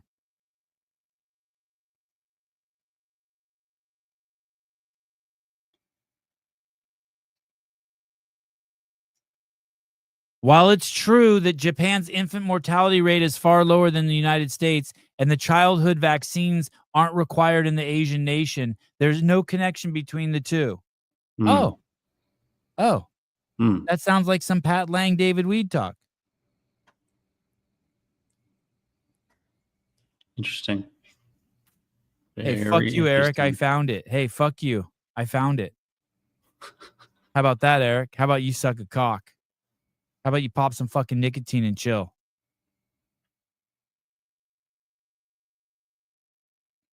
Just a little bit of reading, boys. Just a little bit of reading.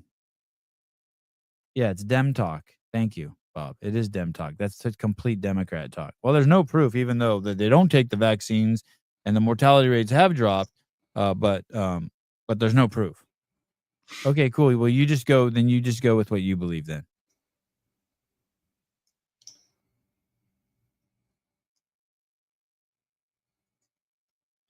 Good morning, Dan. Infant mortality in Japan has decreased by 65% since 1994. So already your facts are wrong. Oh, thank you. Cool. Okay, good. That makes me feel better. As soon as the show's over, I'm going to go get my kids injected with 72 vaccines. Okay. I don't think I'm doing the Eli Crane show today. No. I think I have to go pick up my card and swipe my credit card. I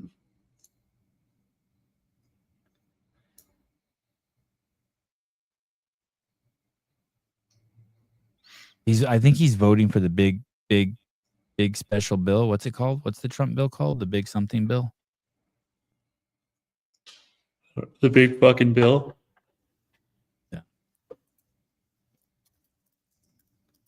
The Democrats hate black people, so you won't ever see this on the Dems talk about this at all. 6 illegal immigrants, including minors, charged in South Carolina's mother's random murder.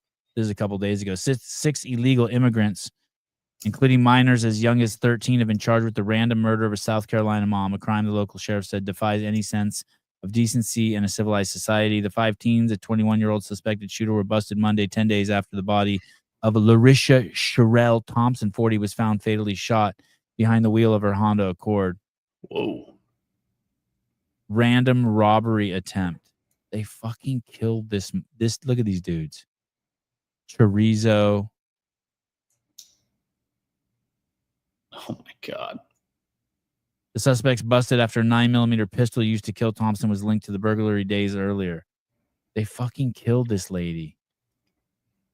These fucking retards. Those arrested Monday included 3 juveniles, 13, 14, 15, who have not been identified because of their age, along with a 17, 18, and 21-year-old. Oh my God. She was working two jobs to raise her daughters, who are 12 and 20 years old. It's a lot on all of us, the grieving sister said. We're numb, we're angry, we're sad. Jesus, dude. You think the 17, 18, and 21-year-olds were like, yo, watch this. Come on. Let's go fucking kill this chick. And they just influence the kids into going and doing it for them. 100%. And all those kids are now fucked up forever. Yeah, for sure. For sure. Well, let's see what's going on in here.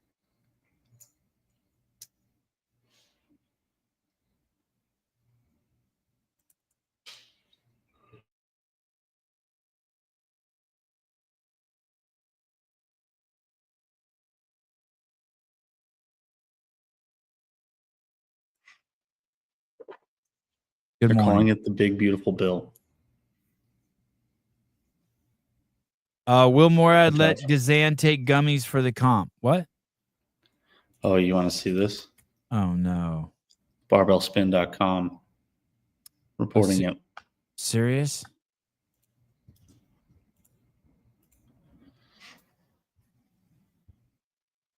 Oh, no. Miss Gazan. Did Alex Gazan admit to taking a banned substance during WFP Tour Stop 1? Alex Gazan took first place at the World Fitness Project Stop 1 2 weeks ago. This week, Talking Elite Fitness interviewed Alex Gazan. Should have never done that, Alex. In the interview published by Today, Gazan spoke about her difficulty sleeping at times. Gazan said that on Saturday night, while competing at the World Fitness Project Tour Stop 1 earlier this month, she took a microdose THC gummy to help her sleep. Gazan did not mention the brand of gummy she took. Hey, that's why Hiller got kicked out, got a 4-year ban. Because he took CBD? No, but he said he took a banned substance. Oh, that's true. Holy shit. This is not true, CrossFit. She did not take it. She did not take it. One of my methods when I can't sleep very well is to take like a microdose THC gummy. Of sorts. Like it's like mostly CBD, but it has a little bit, and will like nix that out of the in competition rules. So like you're allowed to. No. Anyway, I was like, no, don't take it, because sometimes it can have adverse effects where like you don't sleep and then you just feel, for lack of a better term, like high and not sleeping. And I was like, don't take it, just like lay there. And I tossed and turned, and all of a sudden it's like 1. I'm like, I'm gonna take it.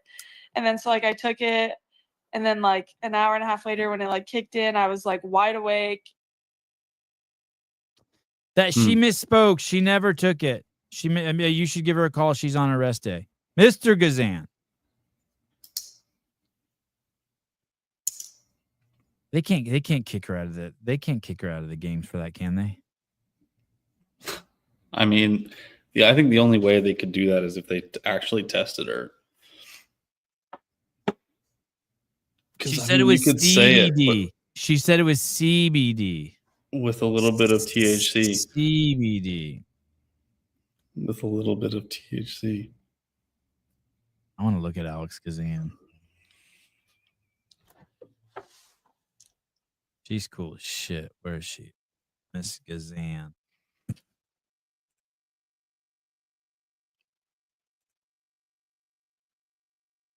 I'm trying to think. I think I want her to win the games.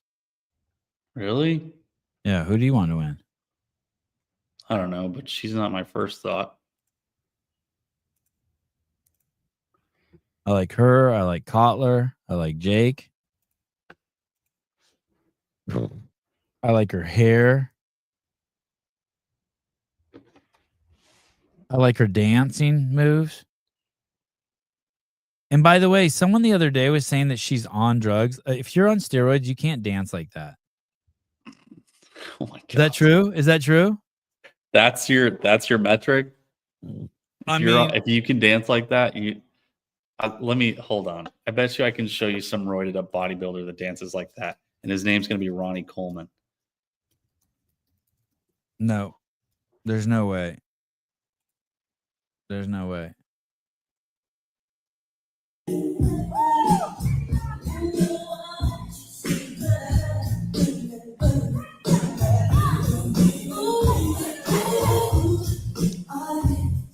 Oh shit, she dances good, dude.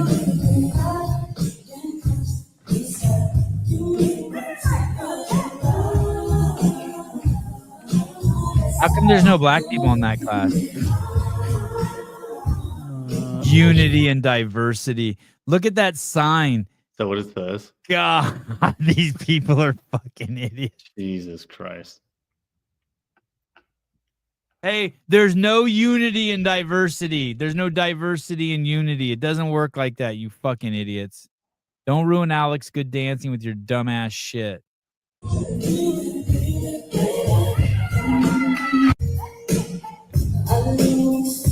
Hey, if you're a straight guy and you're in that class, you're just railing all sorts of just puss. I don't know if there are any straight dudes in there though. Okay, let's see.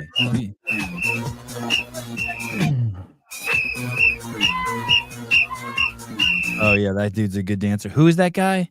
Terry Crews. Yeah, he's great. I get him and Ronnie Coleman mixed up. Damn. He's on the Juicy? Oh, for sure. For sure. There's not even diversity in diversity. Yeah, exactly. Thank you. Just imagine being so stupid you would write that on your wall. Unity is diverse. Like what? Like what? Unity in diversity?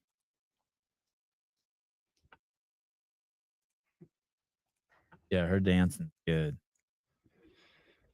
What is this? Good. Oh, she won the big W. She got the 30K. She won the Special Olympics. She net zeroed her contract.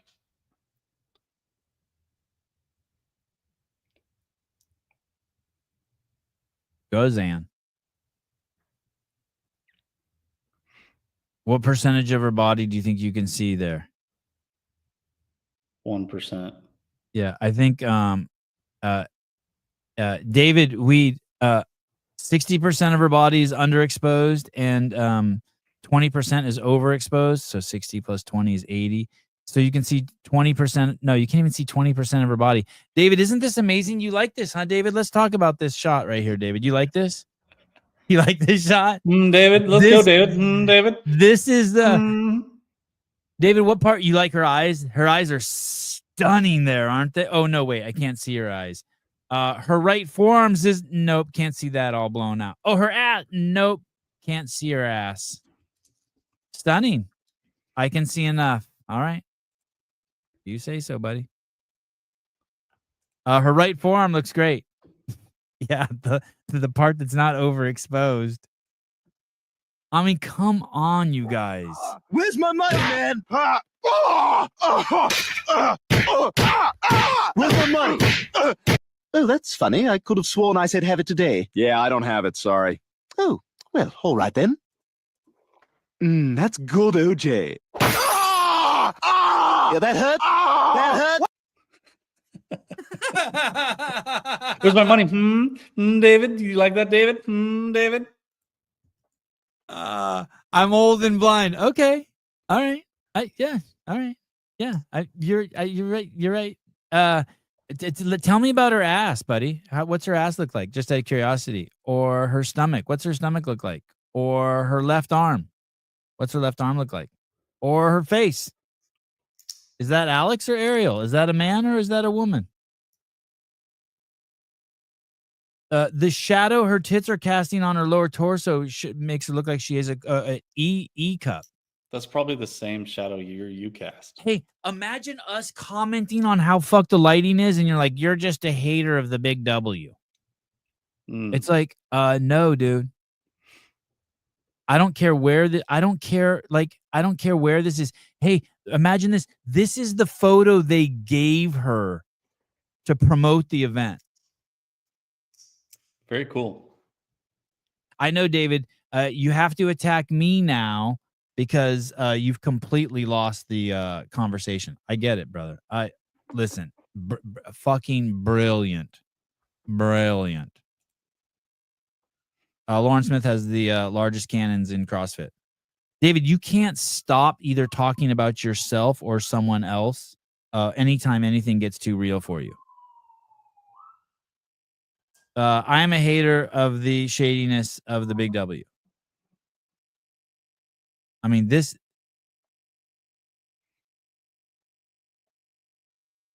I would delete this photo. If I shot this, I would delete this photo. It's a pretty useless picture. Yeah. It's like, do you know what it is? It's like clip art. It's like clip art. Clip art. Do you know what I mean by clip art? Yeah, like it's like if you're like, if you went to like someone, you're like, I need photo of person lifting weights, non-gender specific person lifting weights. You'd buy that for $20. You could put it on your website.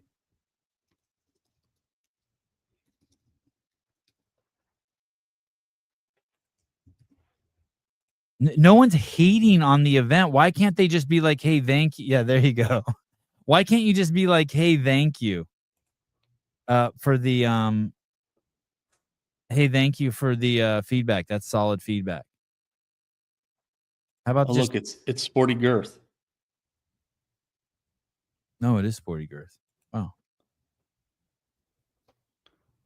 Has nothing to do with I would love the big W if they allowed juicing.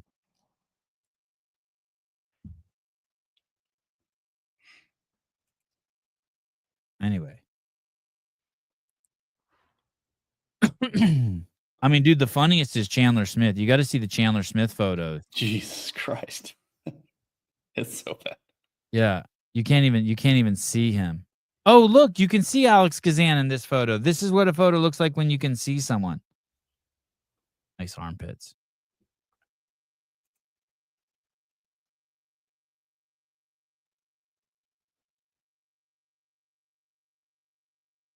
Oh, look.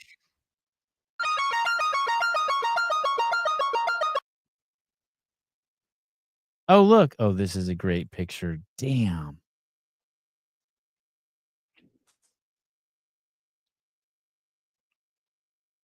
What's not to like? Looks like Alex is trying to call in.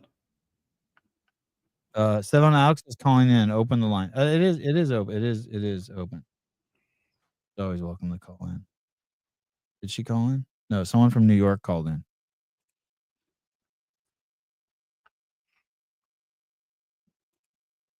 My kids found chalk. My kids go to this gymnastics academy and they use they learned how to use chalk because they have chalk buckets there now. Chalk like hand chalk or like drawing chalk? I would like to have Alex on the show. Why can't Alex come on the show? What's tomorrow? What's tomorrow? Probably because her agent told her not to. Oh.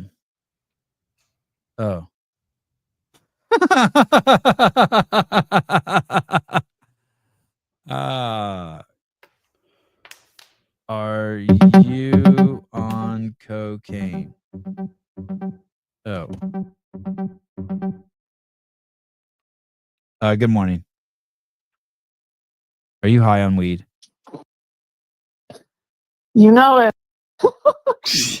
Are you high right now? Do Hey. you ever get nervous? Congratulations on winning the event. Thank you. That must. Oh wait, hold on. Thank The you. connection's all fucked up. Hold on. You deserve better.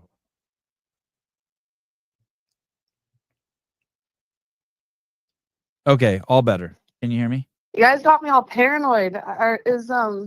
You got me I saw paranoid. Barbell spin.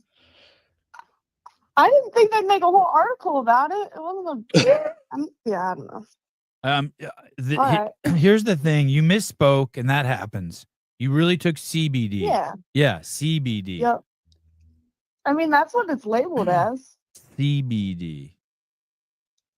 Yeah. CBD. Hey, tell me about How are you guys? tell me about the final event. Were you winning going into the final event? Yes, sir. And by how many points? By a good margin? No, I think I had to beat Amy by like I couldn't give 4 spots to Amy. Oh fuck, Barbell Spin just tagged me in a post. Okay, here we go. Anyway, 4 spots to Amy and I think like 9 to Laura. Okay. And then and what was the final event? Do you remember? Yeah, it was 30 cal row, 30 burpees, 20 dumbbell thrusters with the 50s, and then 50-foot overhead walking lunge. And with that many strong competitors there, anything's possible. Like 4 spaces isn't safe. Oh, for sure. Yeah, like anything could happen.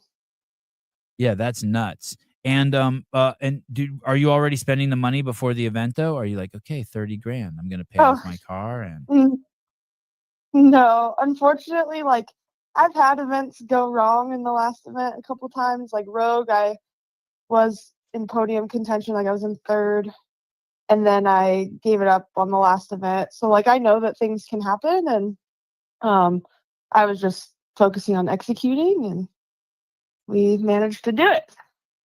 yeah, congrats. I think that they should have given you more prize. I think they should have given the first place more prize money. My personal opinion.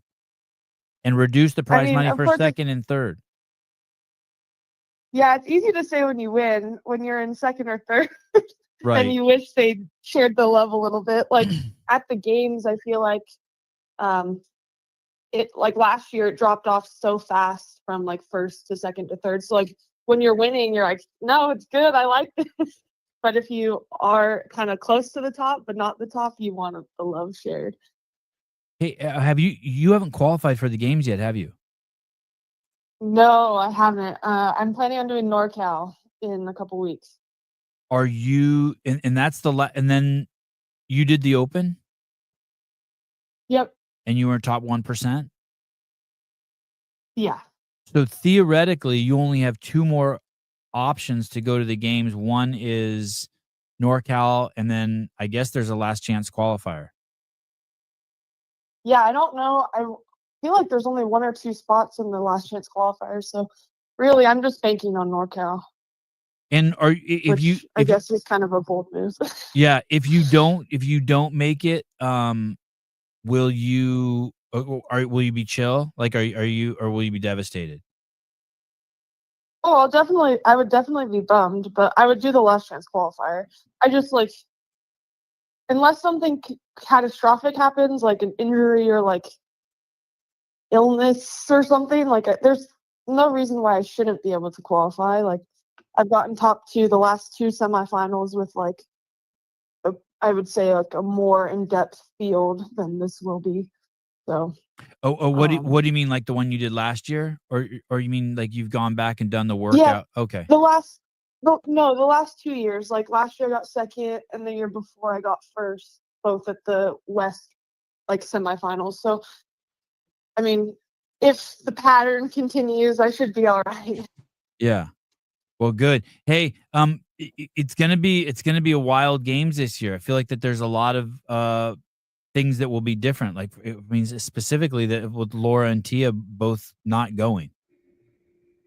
Yeah, it's wild. I mean, like it's been the Tia show for, I mean, the only year she was out with her baby, then Laura won. So, the top spot's been occupied for a long time. So I think it'll be actually really exciting to watch because, I mean, if you kind of got a glimpse at WFP, like it's not just a runaway, so it like kind of makes it exciting. Do you miss oh yes. Listen. Caleb pulled up the barbell spin thing. In an interview published today on Talking Elite Fitness, Alex Gazan shared that she took a gummy with oh, that must be a typo. They tagged Yeah, Wall. I mean, Who gave you that? Who gave you that? Is that Jake's I'll fault? just no, they're literally like CBD with microdose THC, and it's allowed out of competition. Like in the rules, you're allowed to have THC out of competition for the games. Oh, you are? And Okay, then like I you're said, good. yeah.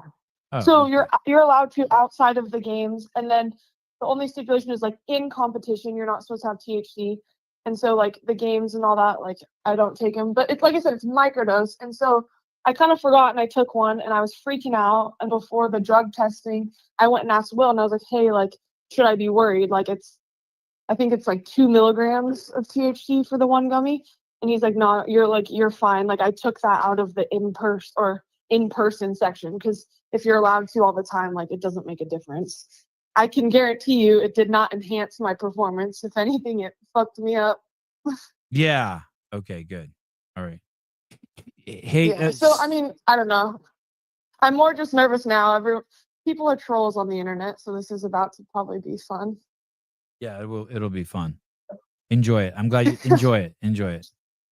Hey, do you miss Ricky? Yeah, of course.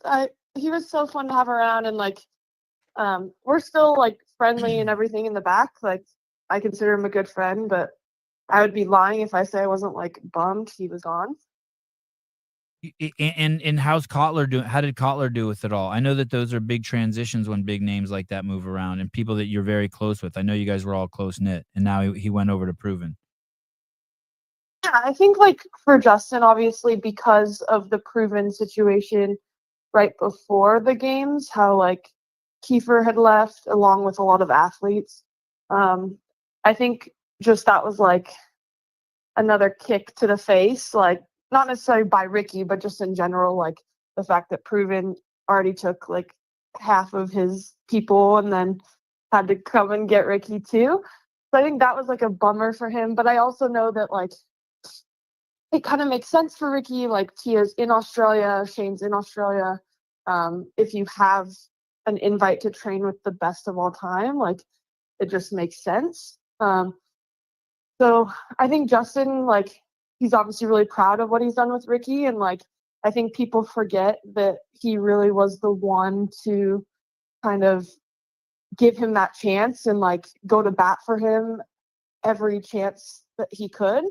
I think he kind of helped like rewrite the narrative around Ricky just by believing in him and like a lot of camps wouldn't. Yeah, a lot of camps probably wouldn't have taken Ricky because of the testing positive. They would have said, "Hey, fuck you. We can't take the risk of having you at the camp and tarnishing our image." You're right, and I forgot about that.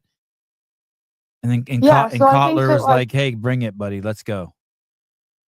Yeah, I think that people forget that Justin really like vouched for him, and I think that was probably more of a bummer for him. But if you talk to Justin, he'll tell you like, hey, if you look at our record, like we've done a really great stuff together, and like it's the numbers speak for themselves. Like he's had like the best stuff that he's had with Justin. Sorry, I'm distracted. I've just gotten like 10 texts because of that article.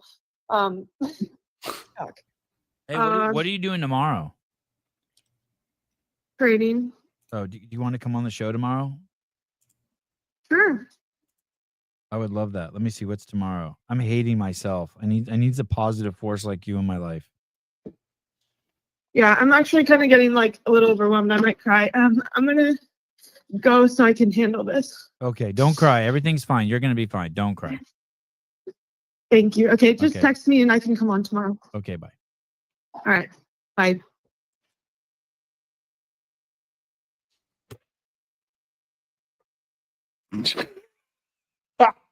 Holy shit.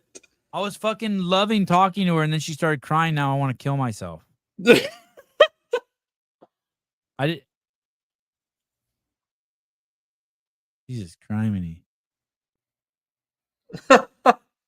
Oh shit, dude. That's fucking crazy, dog.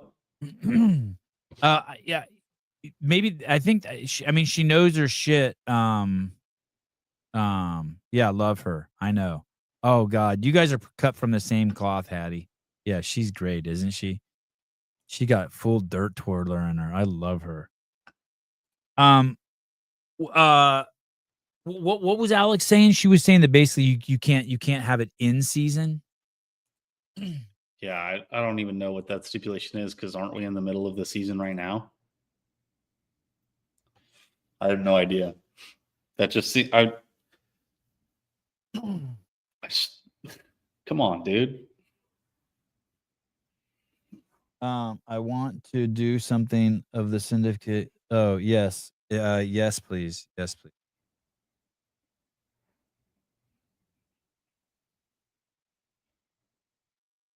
%. God, I fucking love. You can't have it. So when you say you can't have it in competition, like you can't have it like before you do an open workout or like before you do semifinals. I want to ask her what who. that means? I want to ask her like. Here's the part I don't understand. If you're surrounded by professional athletes, like someone should have just put their hand on her shoulder and been like, "Hey, don't take that."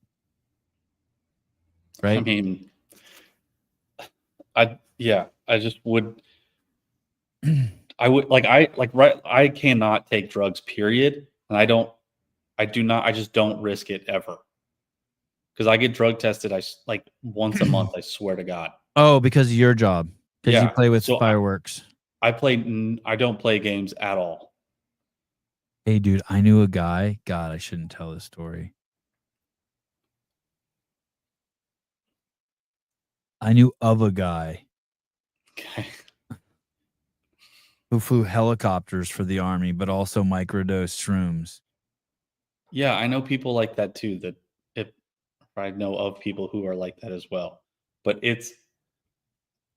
I mean, maybe you get to a threshold and you just say, fuck it. No, you don't. But no, I think that's what people do. They just like get mushrooms will eventually you'll go crazy town banana pants. Eventually. I just cannot bring myself to do that ever.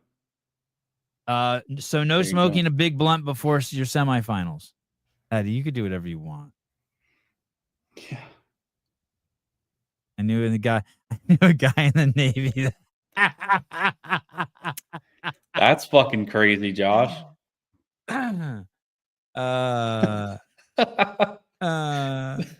Name rhymed with get swamp. your high ground beef chips here. Get your high ground beef chips. Oh, dude, I had like everybody in my family and then some people try it.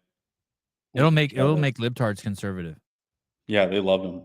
Okay. I was like, hey, you want some honey? And then put some money on there, and they loved it. So what's this word? Joe, what's up, girl? Fox. Oh, Joe. Puritanism.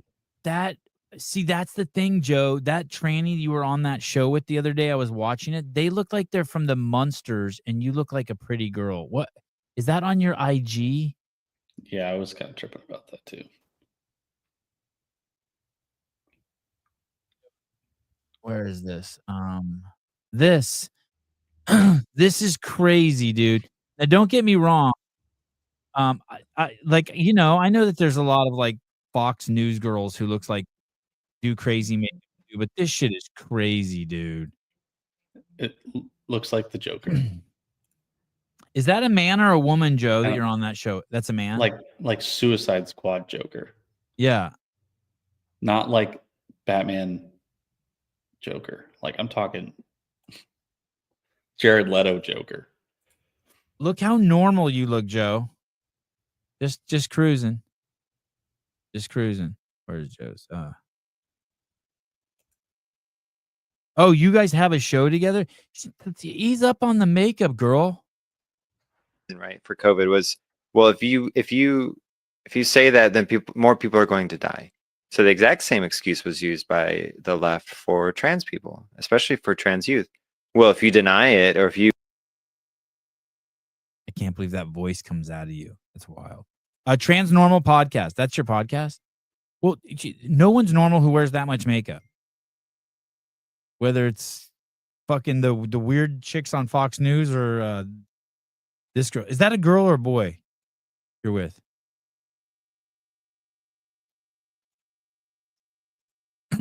I can't help it. It looks like a girl. Joe looks like a girl. Stop calling him a girl, you big dummy. He looks like a girl. I just do what comes out of my naturally. It's a girl. You call Joe a girl, or she's trans, a doctor from Canada? Do you call Joe a boy or a girl? I just call him Joe, I guess. Oh, see, you just said him. I just call him Joe. I said Oh. Like EM, them. Stefan, I recommend the Tim Dillon interview on CNN. Okay, thank you. I don't care. As long as you don't make me do anything, I don't care. Nice save, Kate. I don't know how we got over to Joe, but I just didn't like that makeup of your co-host makeup. Oh, here's a bet. Okay.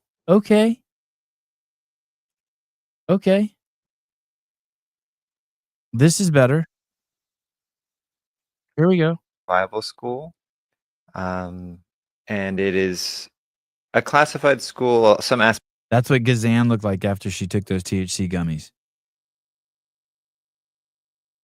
Lord, T is high as a kite right there. Aspects of this classified. Oh, who needs ayahuasca or mushrooms when you have SERE school?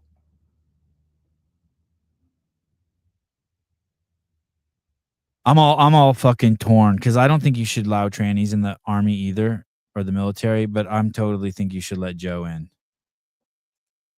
Yeah, no, I don't think that very many trannies in the military are like Joe. And Joe told me that they have a protocol for weeding out fucktards, and it will, whether you're a tranny or not a tranny. And so why not just let that protocol sit and let it weed if that just happens to weed out 90% of people who. Okay, Magnus, you fucking asshole. Caleb is in the military, so no problem. Hey, and here's the other thing too. Costing us $1 billion to kick trans out. I'm not worried about the cost, but I hear you. Oh, it's interesting. That's an interesting fact. I'm not worried about the cost. I don't know. The way that I understood your cost analysis, I'm not really sure that it's not costing $1 billion. Like, we're constantly training people, so it's like part of the cost. And like, so you probably have enough pilots that are leaving and coming in at the same time to negate that cost. Trans or non-deployable? I think Joe is deployable. Yeah, I think she was talking about some. Oh, you sheet her. You sheet her up. Oh, fuck, I did. Whatever. You should be able to go. You should be fluid in your she, him. I don't think calling Joe a she is woke. I think being here's the whole thing. The whole Jordan Peterson thing that happened like 10 or 15 years ago. It's not about what you call people. Like, if Caleb wants to be called Caleb, I'll call him Caleb. Whatever the fuck you want, I'll call you. It's the forcing though. You can't make me call you Caleb. You can't make me call you Joe. I can't make you call me Sevon.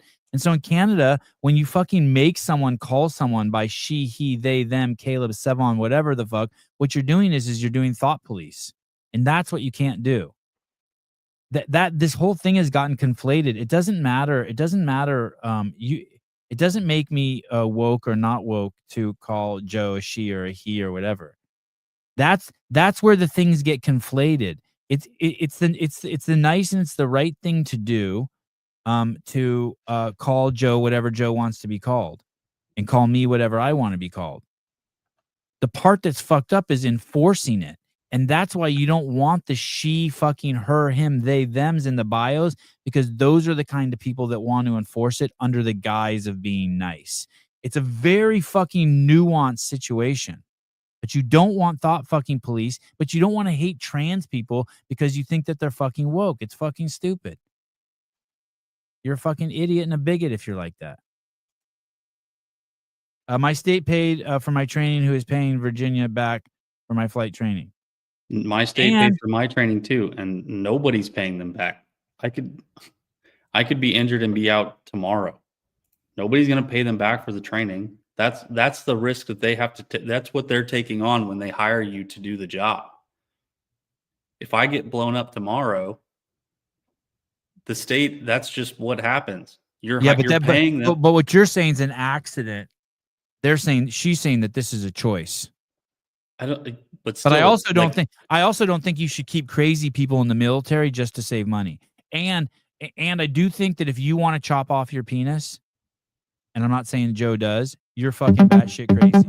No one, that is a de facto one question, are you a nut job if you want to chop off your penis? In my opinion.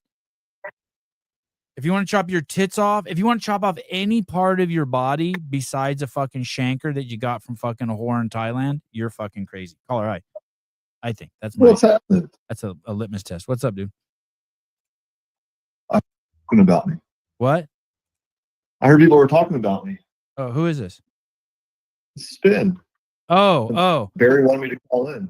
Oh, so here's the deal. Here's the deal. So, I just think Alex Gazan is hot and nice. So You're such a sucker, dude.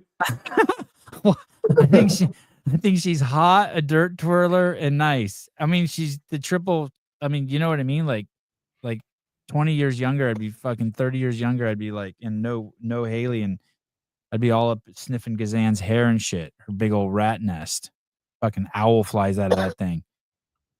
You see an owl flying out of Gazan's hair. Jesus Christ, you probably could. Oh shit! And so when you make a post saying that she's taking big old fat blunt hits before the show, yeah, it got all crazy. Got all crazy. You know what I mean? It's like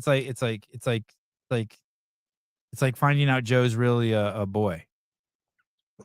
But in my opinion, I mean, yes, good story, but that's not the main. I think people are getting lost in what really is. What is the main story? That, hey, what the fuck is the World Fitness Project? Oh, you think it's a conspiracy? Will purposely told her to take the THC so she couldn't do the games and they could have her all to themselves? I haven't gotten there yet, but I think it has more to do with Will than it does Gazan. Print it. Will's got a little dirt twirler in him too. Will's a nice kind of like, he's a little flighty, like he's taking one too many bong rips. You can see him and Jackson taking bong rips together, can't you? Oh, yeah. Definitely Jackson in sure. Hawaii. Yeah. 100%. I mean, the fact that he told Alex that it's fine. I took it out of the rule book. Like, still in the rule book, right? Like, it's out there today. Both the regular rule book and policy says you cannot take THC in competition, which WADA defines competition as night before the start of the competition until you are drug tested after the competition. That is your in competition. And if he's saying, I just nixed that, I took it out because I wanted to, one, what else is he taking out? And two, who has access to this information outside of Alex? Is it a handful of athletes? Like, is he creating an unfair playing field by allowing certain people to? Hold on 1 second. I have to disconnect you and reconnect you. Hold on 1 second because I'm getting that popping. You're introducing You're introducing some information that I didn't understand before. You're saying that Will Morad updated the rule. He took the CrossFit rule book and then just updated it and tweaked it to make it the WFP rule book. And one of the things he pulled out was the no smoking weed policy. No, the rule book and what is banned and not banned or what is not, what is banned out of like at all times and in competition is identical to what the CrossFit Games rulebook is. What Alex said in the interview and what she just said to you was that she, it sounds like she was getting ready to have her drug test, realized she had taken THC when she was not supposed to, freaked out, and Will told her, don't worry, I nixed it out of the rule book, you're fine. The rule book still for WFP still says you cannot take THC in competition. Like it's not, it's still in the rule. Oh, okay. Let me see if I understand this. Let me see if I understand this correctly, just to be super clear. Both going into this competition, both the Big W and CrossFit Games said, go ahead and smoke as much weed as you fucking want, just not in competition. But if you test positive in competition, you're toast. Then she realized she took a tiny, minuscule amount of THC that she accidentally took, and she was freaking out. And Will said, don't worry, it's not in the rule book anymore. But then you verified it, and it actually still is in the rule book. And so the same way that anyone can get a pro card, anyone can get around a drug test. It's just who you know and what you know. Sorry, you got disconnected. One more time. That's the concern. What'd you say? That's the concern with what just happened, right? Like, is he going to give Alex a pass, but say some challenger gets popped and doesn't? I mean, I don't know. Alex cashed the check now. Okay, let me ask you this really quick, just to be really clear. She's good. She's all cleared for the games, right? She can't get in trouble from CrossFit. Is that correct? Well, so that's where it's tricky because technically, obviously, World Fitness Project is not part of the CrossFit Games season. It's not a sanctioned competition. So you would think she's probably fine because she's not doing it while trying to compete in the game season. But CrossFit has the ability to uphold a sanction by another governing body if you violate a drug policy there. And so if she was to get a sanction from World Fitness Project, CrossFit could then uphold that for the next 4 years or however long, whatever World Fitness Project does, they could then mimic that. Are they obligated to do that based on their own rules? No. Do you remember last year there was like a masters athlete that I had found where she had tested positive in a masters weightlifting competition in 2021 and was serving a sanction. I reported it, then CrossFit then upheld that, and she was not allowed to compete at the games. So basically what CrossFit says is they, at their discretion, they may uphold a sanction from another governing body. It's not they will, it's a may. Did so they? They could Did do. they? They did in that situation with this woman, Marsha Van Planet or whatever. Wow. And I think they've done it in other situations. There was a weightlifter like 7 years ago that had the same situation. Wow.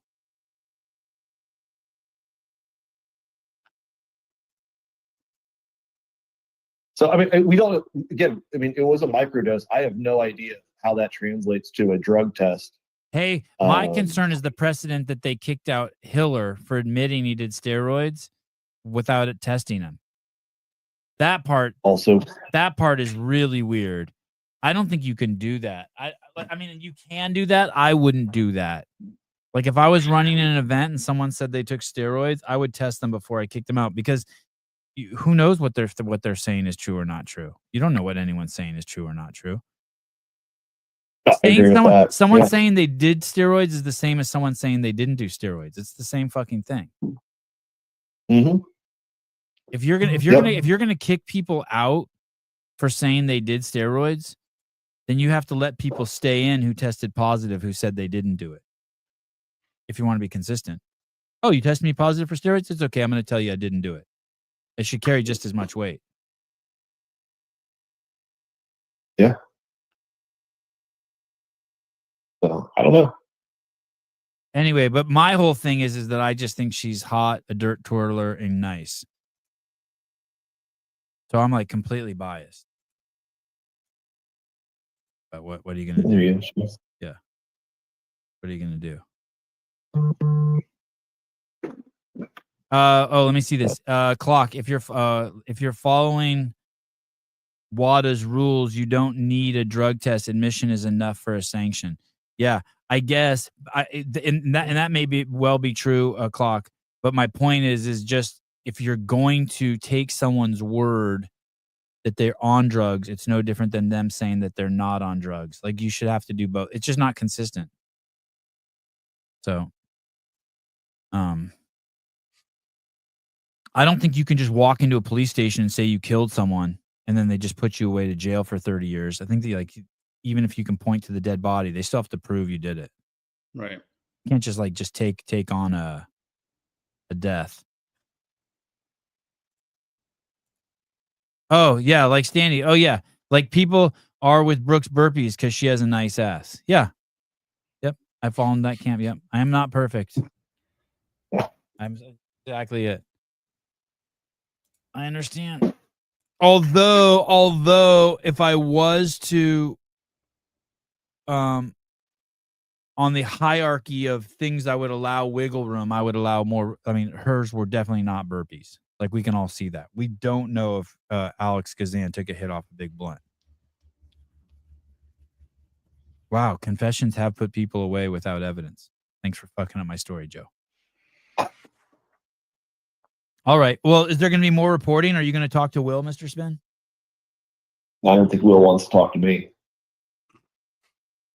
That's weird. I offered to have him on the show last night, and it went unread or unresponded to. So, but if we if we could get him on, what we would ask him would be, oh shit, do I have a? Hold on. You guys are making me nervous with all this Eli Crane talk. Stop talking about Eli Crane. There is a show scheduled at 11:45 for it.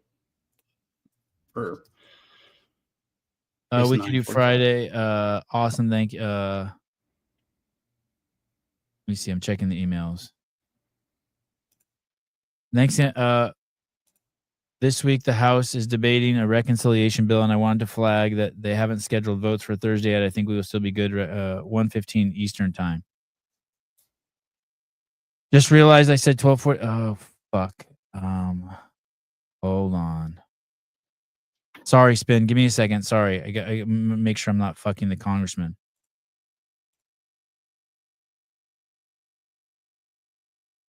(10:15 a.m. Pacific Standard Time. Okay.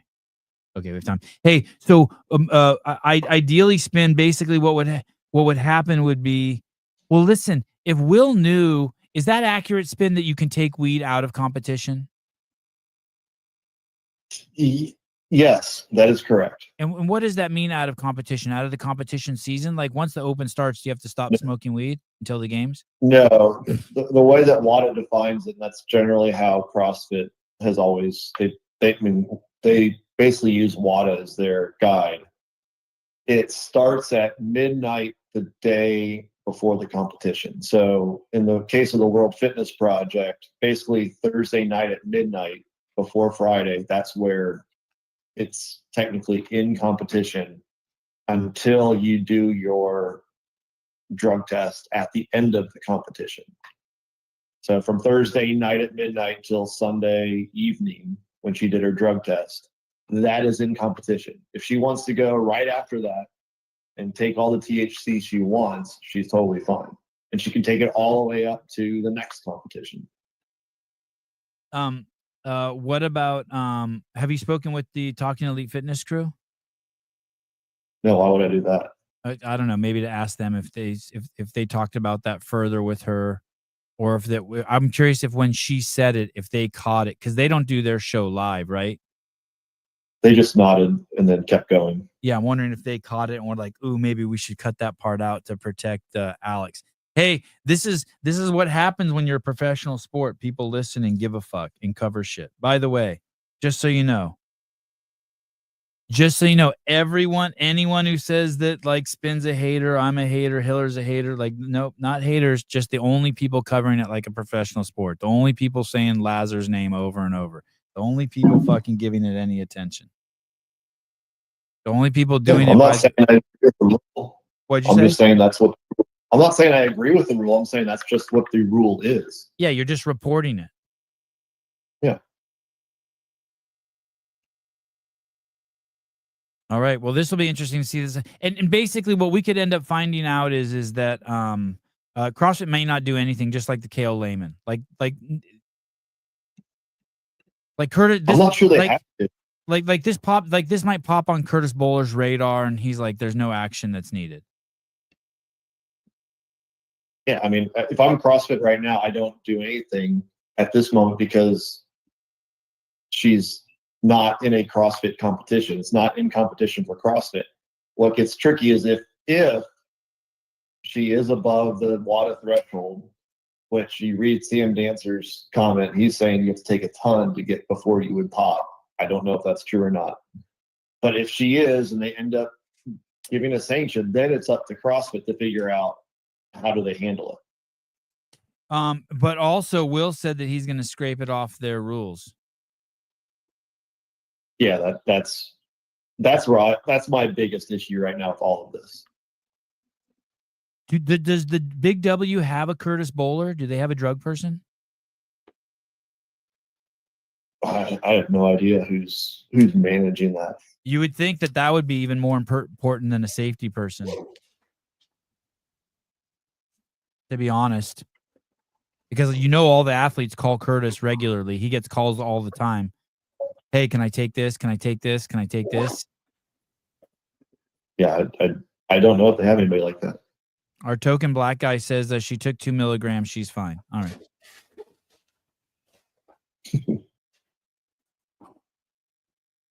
Spin, one question from the audience. Dear Mr. Spin, did CrossFit pay you to post this like CrossFit pays Sevi? No, I do what I want. No. Jackson tests all the dudes' semen. Oh.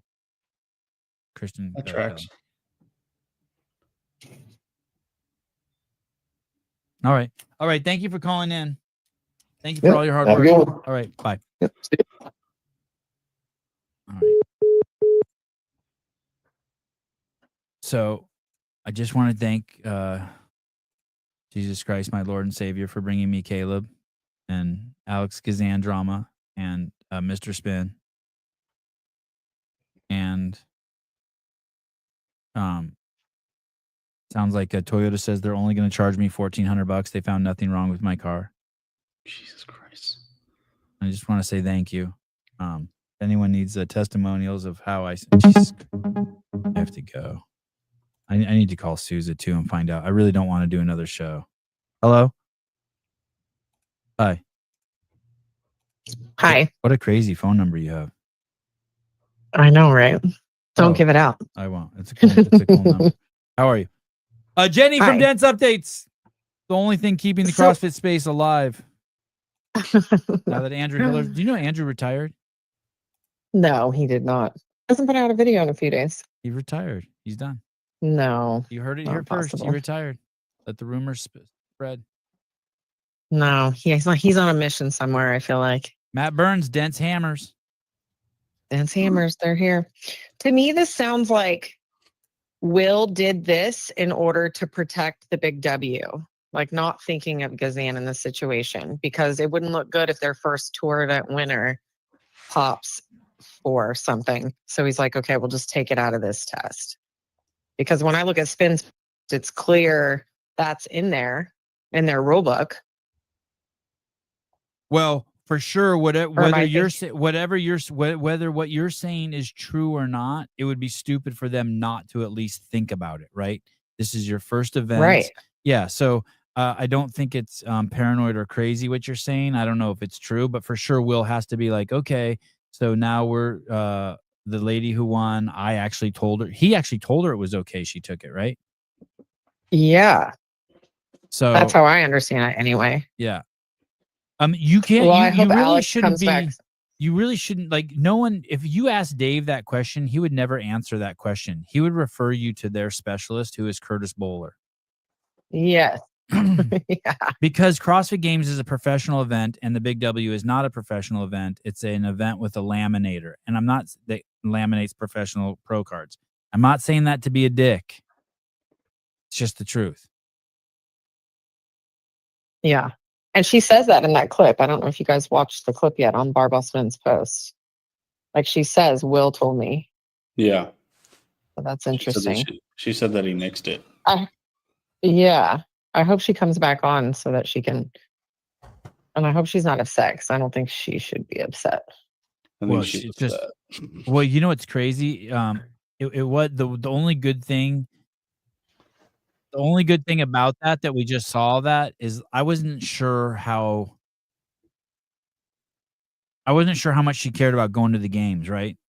That was one of the things Yeah. I couldn't tell like she was but the fact that she's got teared up means she does care. Hold on, I'm gonna play this for a second. Hold on one second. Take like a microdose THC gummy of sorts. Like it's like mostly CBD, but it has a little bit, and will like nix that out of the in competition rules. So like you're allowed to. Anyway, I was like, no, don't take it because sometimes it can have adverse effects where like. Okay, so she's good. She's good. But it should let you know that there are professional events and there are not professional events. Bingo. There's professional staff, there's people with history, all that stuff. Hey, why doesn't David Weed doesn't like you? Oh, that's a good point. She said, does he like anyone? Sorry, you cut out. That's a good point. Yeah. Yeah. That's a really good He's point. probably a she hiding behind a he profile. You don't want to know what I think.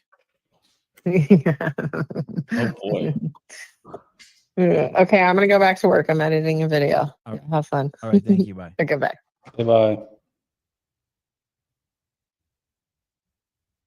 Giant hammers are so powerful.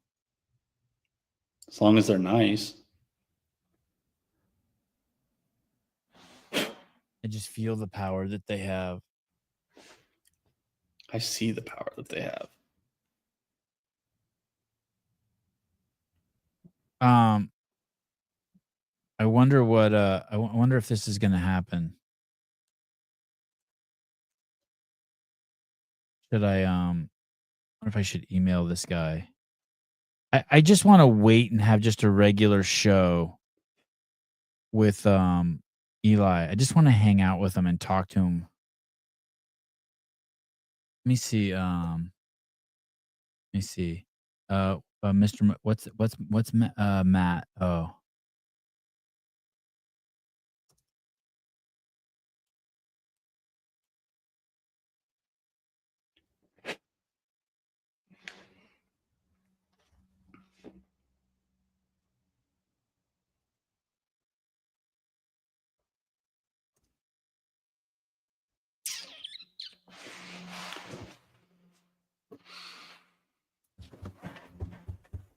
I don't mind being patient.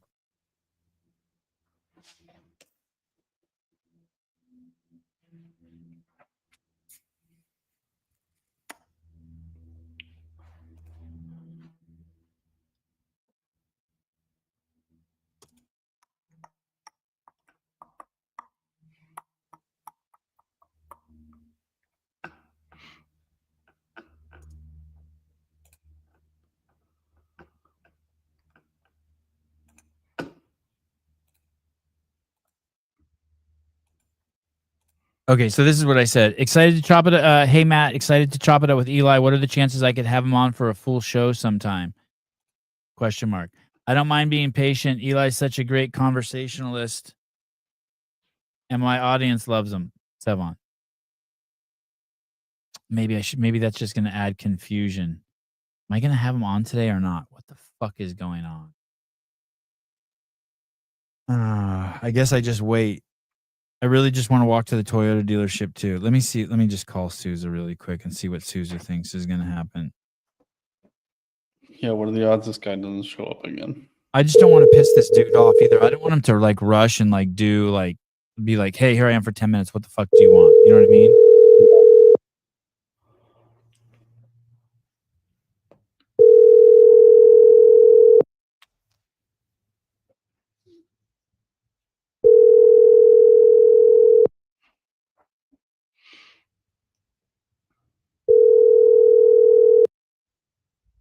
You reach Matt, leave a message, and I'll get back to you as soon as I can. Thanks. Have a great day.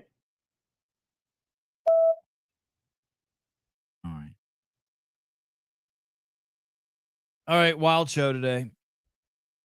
Thank you, everyone. Holy shit, we're at 2.5 hours. Damn. Thank Oh, you, Alex. yeah. You don't know how happy it made me that you called in. Thank you, Spin. Thank you, Caleb. Thank you, Sporty Beth. I was gonna answer, but I got high. Oopsies.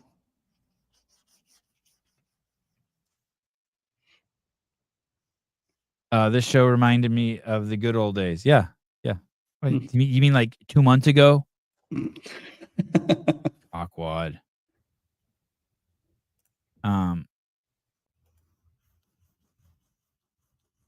All right. I'll see you guys later. Thanks. 22 out of 10. Wow.